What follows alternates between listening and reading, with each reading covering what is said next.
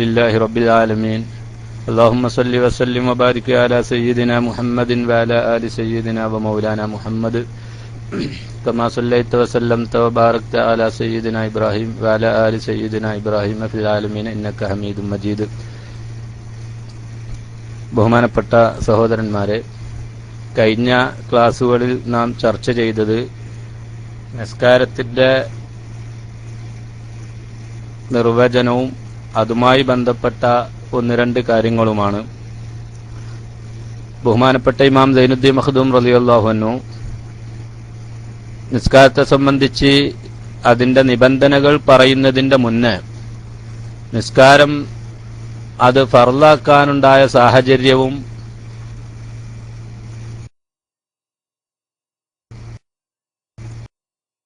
അതിന്റെ സമയവും ചരിത്രപരമായ അതിന്റെ ചെറിയ ഒരു വിശദീകരണം ഒരു വരിയിൽ ബഹുമാനപ്പെട്ട സൈനുദ്ദീൻ മഖ്ദൂം റളിയല്ലാഹു അൻഹു ഒതുക്കിയിട്ടുണ്ട്. ആ ഒരു വരി വിശദീകരിക്കുകയാണെങ്കിൽ ധാരാളം 1-2 മാസത്തോളം നീണ്ട പ്രഭാഷണം നടത്താനുള്ള ഗഹനമായ പല വിഷയങ്ങളും ഉൾക്കൊള്ളിച്ചുള്ള ഒരു വരിയാണ്. ഫത്തുൽ മുഈൻ കിതാബുൻ ഷൈനുഹു അജബു. ഫത്തുൽ മുഈൻ എന്ന ഗ്രന്ഥം അതിൻ വളരെ അത്ഭുത ബഹുമാനപ്പെട്ട പൂർവസൂരികളായ പണ്ഡിതന്മാർ പറയാനുള്ള കാരണം ഇന്നത്തെ ഈ ഒരു വരി വായിക്കുമ്പോൾ നമുക്ക് മനസ്സിലാക്കാൻ കഴിയും. ഞാൻ ചുരുക്കി ആ ഇബാറത്ത് വായിച്ച് അതിന്റെ ചരിത്ര പശ്ചാത്തലം വളരെ ചുരുങ്ങിയ രൂപത്തിൽ വിശദീകരിക്കുകയാണ്. ഫത്തുൽ മുഈൻ ഉള്ളവർ മറിച്ച് മുന്നിൽ വെക്കുന്നത് നന്നായിരിക്കും. ഞാൻ ആ ഇബാറത്ത് വായിക്കുന്നു. ഇന്നലെ നമ്മൾ അവസാനിപ്പിച്ച് വെച്ച അവിടെ നിന്ന് അങ്ങോട്ട് ഫുരിളത്ത് ലൈലത്തൽ ഇസ്റാഇ ബഅദൻ നുബുവത്തി ബിഅശ്രി സിനീന വസലാസത്തി അശ്ഹുരിൻ ലൈലത്ത 27 മിൻ റജബിൻ. ഈ വാചകത്തിൽ ബഹുമാനപ്പെട്ട സൈനുദ്ദീൻ മഖ്ദൂം റളിയല്ലാഹു അൻഹു നിസ്കാരത്തിന്റെ ചരിത്ര പശ്ചാത്തലമാണ് ആവർത്തിക്കുന്നത്. വഫുരിളത്തി സ്വലാത്തു, ആ നിസ്കാരം അല്ലാഹു തആല ഫർളാക്കിയത് ലൈലത്തൽ ഇസ്റാഇ, ഇസ്റാഇന്റെ രാവിലാണ് എന്നാണ്. ഇസ്റാഇന്റെ രാവിൽ ഫർളാക്കി എന്ന് പറയുന്നത് നബി സല്ലല്ലാഹു അലൈഹി വസല്ലമ തങ്ങൾക്ക് നുബുവത്ത് 40-ാമത്തെ വയസ്സിൽ പ്രഖ്യാപിച്ച് അതിനുശേഷം 50 വർഷവും അതിനുശേഷം 10 വർഷവും 3 മാസവും കഴിഞ്ഞതിന് ശേഷമാണ് നബി സല്ലല്ലാഹു അലൈഹി വസല്ലമ തങ്ങൾക്ക് പ്രസിദ്ധമായ ഇസ്റാ ഉണ്ടാകുന്നത്. ഇവിടെ വളരെ ശ്രദ്ധേയമായ മറ്റൊരു വസ്തുത, ലൈലത്തൽ ഇസ്റാഇ എന്ന് ഇസ്റാഇന്റെ രാവ്, ലൈലത്തൽ മിഅ്റാജി എന്ന് പറയാതെ ലൈലത്തൽ ഇസ്റാഇ എന്ന വാചകമാണ് ഉപയോഗിച്ചത്. അവിടെയും വലിയ ആശയങ്ങൾ ഒളിഞ്ഞു കിടക്കുന്നുണ്ട്. ഇസ്റാ എന്ന് പറയുന്നത് പരിശുദ്ധ ഖുർആൻ പറഞ്ഞു, സുബ്ഹാനല്ലദി അസ്റാ ബി അബ്ദിഹി ലൈലൻ മിനൽ മസ്ജിദിൽ ഹറാമി ഇലൽ മസ്ജിദിൽ അഖ്സല്ലദി ബാറക്നാ ഹൗലഹു. മസ്ജിദുൽ ഹറാമിൽ നിന്ന് പരിസരം ബർക്കത്താക്കപ്പെട്ട ഫലസ്തീനിലുള്ള മസ്ജിദുൽ അഖ്സയിലേക്കുള്ള രാപ്രയാണം. നബി സല്ലല്ലാഹു അലൈഹി വസല്ലമ തങ്ങളെ ജിബ്രീൽ അലൈഹിസ്സലാത്തു വസ്സലാം പ്രത്യേകമായ വാഹനത്തില് മസ്ജിദുൽ ഹറാമിൽ നിന്ന് മസ്ജിദുൽ അഖ്സയിലേക്ക് കൊണ്ടുപോയി. ഈ രാപ്രയാണത്തിനാണ് ഇസ്റാ എന്ന് പറയുന്നത്. ആ ബൈത്തുൽ മുഖദ്ദസിൽ നിന്ന് 7-ാം ആകാശവും ബഹറുൻ നൂർ എന്ന് പറയുന്ന പ്രകാശസാഗരവും അതൊക്കെ കഴിഞ്ഞ് അല്ലാഹു സുബ്ഹാനഹു വ തആലയുമായി നേരിട്ടുള്ള സംഭാഷണവും ഈ സംഭവങ്ങൾ നടന്നതിന് മിഅ്റാജ് എന്നും പറയും. ഈ 2 വിഷയങ്ങളും നടന്നത് റജബ് 27 ഹിജ്റ നബി സല്ലല്ലാഹു അലൈഹി വസല്ലമ തങ്ങളുടെ 51-ാമത്തെ വയസ്സിലാണ്. 50 വയസ്സ് പൂർത്തിയായി 51-ാമത്തെ വയസ്സിലേക്ക് പ്രവേശിക്കുമ്പോഴാണ്, അഥവാ നുബുവത്ത് 40-ാമത്തെ വയസ്സിൽ പ്രഖ്യാപിച്ചതിന് ശേഷം 10 വർഷം 3 മാസവും കഴിഞ്ഞതിന് ശേഷമാണ് ഇത് ഉണ്ടാകുന്നത്. ആ രാവിലാണ് നബി സല്ലല്ലാഹു അലൈഹി വസല്ലം തങ്ങൾക്ക് നിസ്കാരം അവിടുത്തെ ഉമ്മത്തിന് ഫർളാക്കിക്കൊണ്ട് അള്ളാഹു നൽകുന്നത്. ഇവിടെ ഇസ്റാഇ എന്ന് പറഞ്ഞ് മിഅ്റാജി എന്ന് പറയാതെ ഇസ്റാഇ എന്ന് പറഞ്ഞതിന് പണ്ഡിതന്മാർ പറയുന്നത്, നബി സല്ലല്ലാഹു അലൈഹി വസല്ലം തങ്ങൾക്ക് മിഅ്റാജി എന്ന് പറയുന്നത് പല പ്രാവശ്യം സംഭവിച്ചിട്ടുണ്ട്. 1 പ്രാവശ്യമല്ല, 2 പ്രാവശ്യമല്ല, 20-ലധികം പ്രാവശ്യം നബി സല്ലല്ലാഹു അലൈഹി വസല്ലം തങ്ങൾക്ക് മിഅ്റാജ് സംഭവിച്ചു എന്ന് ചില ചരിത്ര ഗ്രന്ഥങ്ങളിലൊക്കെ കാണാം. അതിൽ ശാരീരികമായി ആത്മാവും ശരീരവും ഒന്നിച്ചുള്ള മിഅ്റാജ് ഉണ്ടായത് റജബ് 27 മിഅ്റാജാണ്. അല്ലാത്തത് ആത്മീയമായ മിഅ്റാജാണ്. അതുകൊണ്ടാണ് ഈ മിഅ്റാജ് ശരീരവും ഒന്നിച്ചുള്ള മിഅ്റാജ് റജബ് 27 എന്ന നിലക്ക് അത് വേർതിരിച്ച് അറിയാൻ വേണ്ടിയാണ് ലൈലത്തുൽ ഇസ്റാ എന്ന്, ഇസ്റാവും മിഅ്റാജും കൂടി നടന്ന ആ രാവ്. അപ്പൊ ആ സംശയം ജനങ്ങൾക്ക് വരാതിരിക്കാനാണ് ഇത് ഏത് മിഅ്റാജിന്റെ ലൈലത്തുൽ മിഅ്റാജ് എന്ന് പറയുമ്പോ ഏത് മിഅ്റാജിനാണ് നിസ്കാരം നിർബന്ധമായത്? ആത്മീയമായ മിഅ്റാജ് മാത്രം, ആത്മാവ് കൊണ്ട് മാത്രം നടത്തിയ മിഅ്റാജിനാണോ, അതല്ല ശാരീരികമായിട്ടു കൂടി നടന്ന മിഅ്റാജിനാണോ എന്ന സംശയം വരാതിരിക്കാനാണ് ലൈലത്തുൽ ഇസ്റാഓട് കൂടെ ഉള്ള മിഅ്റാജ് ആ രാവിലാണ് ബഹുമാനപ്പെട്ട നബി സല്ലല്ലാഹു അലൈഹി വസല്ലം തങ്ങൾക്കും അവിടുത്തെ ഉമ്മത്തിനും അല്ലാഹു തആല നിസ്കാരം ഫർളാക്കിയത്. അങ്ങനെ ലൈലത്തുൽ ഇസ്റാ അത് നടന്നത് നുബുവത്തിന്റെ 10 വർഷവും 3 മാസവും കഴിഞ്ഞിട്ട് എന്ന് പറയുമ്പോ അവിടെ ഒരു കാര്യം കൂടി നാം മനസ്സിലാക്കേണ്ടതുണ്ട്. റജബ് 27 രാവിലാണ് ആ മിഅ്റാജും ഇസ്റാവും നടന്നത് എന്നുള്ളത് ഖണ്ഡിതമായി ബഹുമാനപ്പെട്ട സൈനുദ്ദീൻ മഖ്ദൂം റളിയല്ലാഹു അൻഹു പറയുന്നു. ചില ആളുകളൊക്കെ റജബ് 27 മിഅ്റാജ് ആഘോഷിക്കുമ്പോ റജബ് 27 തന്നെയാണ് മിഅ്റാജ് നടന്നത് എന്ന് എങ്ങനെ പറയും? റമദാനിലാണ് മിഅ്റാജ് നടന്നത്, അതല്ല റബീഉൽ അവ്വലിലാണ് നടന്നത് എന്നൊക്കെ അഭിപ്രായങ്ങളുണ്ടല്ലോ. ആ മിഅ്റാജ് യഥാർത്ഥത്തിൽ ഞാൻ നേരത്തെ പറഞ്ഞ ശാരീരികമായി നടന്ന മിഅ്റാജ് അല്ല, ആത്മീയമായ മിഅ്റാജാണ്. ശരീരത്തോട് കൂടെ നടന്ന മിഅ്റാജ് റജബ് 27 എന്ന ഒരൊറ്റ അഭിപ്രായമേ ഉള്ളൂ. അതുകൊണ്ടാണ് ഖണ്ഡിതമായി ബഹുമാനപ്പെട്ട സൈനുദ്ദീൻ മഖ്ദൂം റളിയല്ലാഹു അൻഹു നിസ്കാരം ഫർളാക്കിയ ഇസ്റാ മിഅ്റാജ് അത് റജബ് 27 തന്നെ എന്ന് ഉറപ്പിച്ചു പറഞ്ഞിരിക്കുന്നത്. ഒരു ആശയം അത്. മറ്റൊരാശയം ഇതിൽ ഉൾക്കൊണ്ടിരിക്കുന്നത് വളരെ വിശദീകരിച്ചു പറയേണ്ട മറ്റൊരു കാര്യം, നിസ്കാരം ഫർളാക്കിയത് ഈ ഇസ്റാ മിഅ്റാജിന് 10 വർഷം നുബുവത്ത് ലഭിച്ച് 10 വർഷം കഴിഞ്ഞതിന് ശേഷമാണെങ്കിൽ ഈ നുബുവത്ത് ലഭിച്ച് 10 വർഷത്തോളം നബി സല്ലല്ലാഹു അലൈഹി വസല്ലം തങ്ങൾ സമൂഹത്തിനോട് നിസ്കാരത്തെ സംബന്ധിച്ച് പറഞ്ഞിട്ടില്ല. മറിച്ച് ആ 10 വർഷം എന്താണ് പറഞ്ഞത്? ആ 10 വർഷം ഈമാനും തൗഹീദും വിശ്വാസപരമായ കാര്യങ്ങളുമാണ്. കർമ്മപരമായ കാര്യങ്ങളിലേക്ക് കൂടുതൽ ഊന്നൽ നൽകിയത് ഈമാനും തൗഹീദും ഉറച്ചതിന് ശേഷമേ കർമ്മങ്ങൾ ശരിയാവുകയുള്ളൂ എന്ന് പഠിപ്പിക്കാൻ വേണ്ടിയാണ് ആദ്യമേ നബി സല്ലല്ലാഹു അലൈഹി വസല്ലം തങ്ങൾക്ക് 40-ാമത്തെ വയസ്സിൽ നുബുവത്ത് പ്രഖ്യാപിച്ച ഉടനെ തന്നെ നിസ്കാരത്തെ സംബന്ധിച്ചോ നോമ്പിനെ സംബന്ധിച്ചോ മറ്റ് കർമ്മങ്ങളെ സംബന്ധിച്ചോ സമൂഹത്തോട് പറയാതെ ഈ 10 വർഷത്തോളം നീണ്ട 10 വർഷത്തോളം ആദർശം നന്നാക്കാൻ, വിശ്വാസം നന്നാക്കാനാണ് നബി സല്ലല്ലാഹു അലൈഹി വസല്ലം തങ്ങളുടെ സമയം ചെലവഴിച്ചിരിക്കുന്നത്. അതിൽ നിന്ന് വിശ്വാസികളായ മുസ്ലിമീങ്ങളായ നാം മനസ്സിലാക്കേണ്ട ഒരു വസ്തുത ഉണ്ട്. ഈമാൻ ശരിയാവാതെ, വിശ്വാസം ശരിയാവാതെ കർമ്മങ്ങൾ സ്വീകാര്യമല്ല. അതുകൊണ്ട് ആദർശപരമായ വിട്ടുവീഴ്ചയില്ലാതെ ആദർശം പഠിക്കുകയും ആദർശം ശരിയായതിനു ശേഷമേ ഈ നിസ്കാരങ്ങളും മറ്റ് കർമ്മങ്ങളൊക്കെ അല്ലാഹു തആല സ്വീകരിക്കുകയുള്ളൂ എന്നും പരിശുദ്ധ ഖുർആൻ തന്നെ പറഞ്ഞല്ലോ, ഇല്ലല്ലദീന ആമനു വഅമിലു സ്വാലിഹ, മനുഷ്യരൊക്കെ പരാജയപ്പെട്ടവരാണ്. അതേ സമയത്ത് അവർ രക്ഷപ്പെടണമെങ്കിൽ ഇല്ലല്ലദീന ആമനു, ആദ്യം വേണ്ടത് വിശ്വാസമാണ്. അങ്ങനെ വിശ്വാസത്തോടു കൂടെയുള്ള കർമ്മം, ആദർശം നന്നാക്കിയതിന് ശേഷമുള്ള കർമ്മങ്ങളെ അല്ലാഹു തആല സ്വീകരിക്കുകയുള്ളൂ. അത് സൂചിപ്പിക്കാനാണ് നിസ്കാരത്തിന്റെ ചരിത്ര പശ്ചാത്തലം ബഹുമാനപ്പെട്ട സൈനുദ്ദീൻ മഖ്ദൂം റളിയല്ലാഹു അൻഹു അതിന്റെ നിയമാവലികൾ പറയുന്നതിന്റെ മുന്നേ നമ്മെ ഉത്ബോധിപ്പിക്കുന്നത്. വഫുരിദത്ത് ലൈലത്തുൽ ഇസ്റായി ബഅദൻ നുബുവ, നുബുവത്തിന് ശേഷം 10 വർഷവും 3 മാസവും കഴിഞ്ഞതിന് ശേഷമാണ് നിസ്കാരം ഫർളാക്കിയത് എന്ന ആ തത്വം നമ്മിലേക്ക് ബഹുമാനപ്പെട്ട സൈനുദ്ദീൻ മഖ്ദൂം റളിയല്ലാഹു അൻഹു കോറിയിട്ട് തന്നത് ആദർശത്തിൽ വിട്ടുവീഴ്ച ചെയ്യാതെ നിങ്ങൾ അമലുകൾ ചെയ്യണം. ഇപ്പോ നമ്മുടെ നാട്ടിലും നമ്മുടെ സാഹചര്യങ്ങളും നമ്മുടെ ചുറ്റുപാടുകളൊക്കെ പരിശോധിച്ചാൽ ചില ആളുകൾ ആദർശത്തിന് വില കൽപ്പിക്കാറില്ല. ആദർശം അത് കൂടുതൽ പറയുന്നത് അവരും നിസ്കരിക്കുന്നവരല്ലേ, അവരും നോമ്പ് നോൽക്കുന്നവരല്ലേ, എന്തിന് അവരെ അങ്ങനെ പറയണം, എന്തിന് ഇങ്ങനെ വിശദീകരിക്കണം ആദർശത്തെ സംബന്ധിച്ച്, മറ്റുള്ള ആളുകളൊക്കെ നിസ്കരിക്കുന്നവർ തന്നെ അല്ലേ എന്ന് ബിദ്അത്തുകാരെ സംബന്ധിച്ചൊക്കെ, പ്രത്യേകിച്ച് നിസ്കരിപ്പിക്കുന്ന പാർട്ടി എന്ന് പറഞ്ഞ് പുതിയ ചില ആളുകളൊക്കെ, ഞാൻ അങ്ങോട്ട് കടക്കുകയല്ല എങ്കിലും വിശദീകരിച്ചപ്പോൾ അത് പറയേണ്ടി വന്നതാണ്. അത്തരം നിസ്കരിപ്പിക്കുന്ന പാർട്ടികളൊന്നും വിശ്വാസപരമായ കാര്യങ്ങളെ സംബന്ധിച്ച് അവർ ചർച്ച ചെയ്യാറില്ല. അതിനെ സംബന്ധിച്ച് അവരോട് ചോദിക്കുമ്പോൾ അവർ പറയും, ഞങ്ങൾ അതിലൊന്നും കിടക്കാറില്ല, അതിലൊന്നും ഞങ്ങൾ തലയിടുന്നില്ല, അത് അവനവന്റെ ഇഷ്ടമനുസരിച്ച് അവനവൻ സ്വീകരിക്കട്ടെ, ഞങ്ങൾ നിസ്കരിപ്പിക്കുക മാത്രമാണ് ഞങ്ങളുടെ തൊഴിൽ എന്ന് പറയുന്നതിന് പ്രസക്തിയില്ല എന്നാണ് ബഹുമാനപ്പെട്ട സൈനുദ്ദീൻ മഖ്ദൂം റളിയല്ലാഹു അൻഹു ഈ ചരിത്ര പശ്ചാത്തലം കോരിയിട്ട് തന്നലിലൂടെ നമ്മോട് കൽപ്പിക്കുന്നത്. പിന്നെ തൊട്ടടുത്ത ഇബാറത്തില് ബഹുമാനപ്പെട്ട സൈനുദ്ദീൻ മഖ്ദൂം റളിയല്ലാഹു അൻഹു പിന്നീട് പറയുന്നത്, ഞാൻ ആ ചരിത്രം ഇനി വിശദീകരിക്കുന്നില്ല, അപ്പൊ ആ ചെറിയ വരികളിലായിട്ട് ധാരാളം വിശദീകരണങ്ങൾ ഉണ്ട്. സമയപരിമിതി മൂലം ഞാൻ വിശദീകരണത്തിലേക്ക് കടക്കുന്നില്ല. അപ്പൊ റജബി 27 മിഅ്റാജ്. ആ 27 രാവിലാണ് നബി സല്ലല്ലാഹു അലൈഹി വസല്ലം തങ്ങൾക്ക് അല്ലാഹു തആല അവിടുത്തെ ഉമ്മത്തിനും നിസ്കാരം ഫർളാക്കിയത്.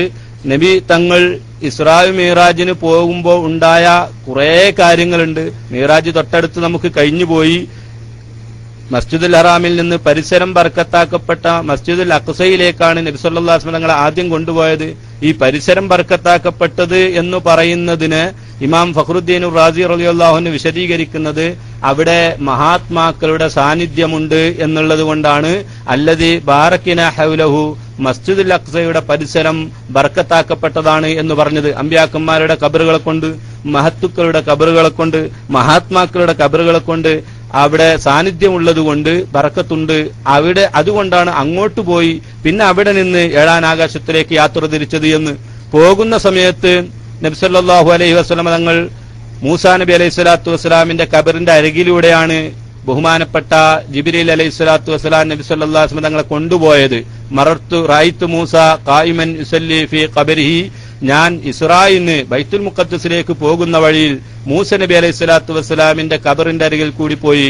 പോകുന്ന സമയത്ത് റഅയ്തു മൂസാ നബി അലൈഹി സ്വലാത്തു വസ്സലാമിനെ ഞാൻ കണ്ടു. ഖായിമൻ യുസല്ലി ഫീ ഖബരിഹി, ഖബറിൽ നിന്ന് നിസ്കരിക്കുന്നതായിട്ട് കണ്ടു. മൂസാ നബി ഖബറിൽ നിൽക്കുമ്പോൾ തല മൂടുകല്ലിൽ തട്ടുമോ, എങ്ങനെയാണ് നിൽക്കുന്നത്, ഇങ്ങനെയുള്ള ചോദ്യങ്ങൾക്കൊന്നും പ്രസക്തിയില്ല. ഇത് ഞാൻ സൂചിപ്പിക്കുന്നത് ഇപ്പോ പ്രത്യേക സാഹചര്യങ്ങളാണ്. അത്തരം വിഷയങ്ങളിലൊക്കെ യുക്തി കൊണ്ട് മാത്രം ചിന്തിക്കുന്ന പ്രവണത വർദ്ധിച്ചു വരുന്ന ഒരു കാലഘട്ടമായതുകൊണ്ട് അതൊന്നും യഥാർത്ഥത്തില് ഒരു വിശ്വാസിക്ക് ഭൂഷണമല്ല എന്ന് സൂചിപ്പിക്കാനാണ് ഞാൻ ഇത്രയും ഓർമ്മപ്പെടുത്തിയത്.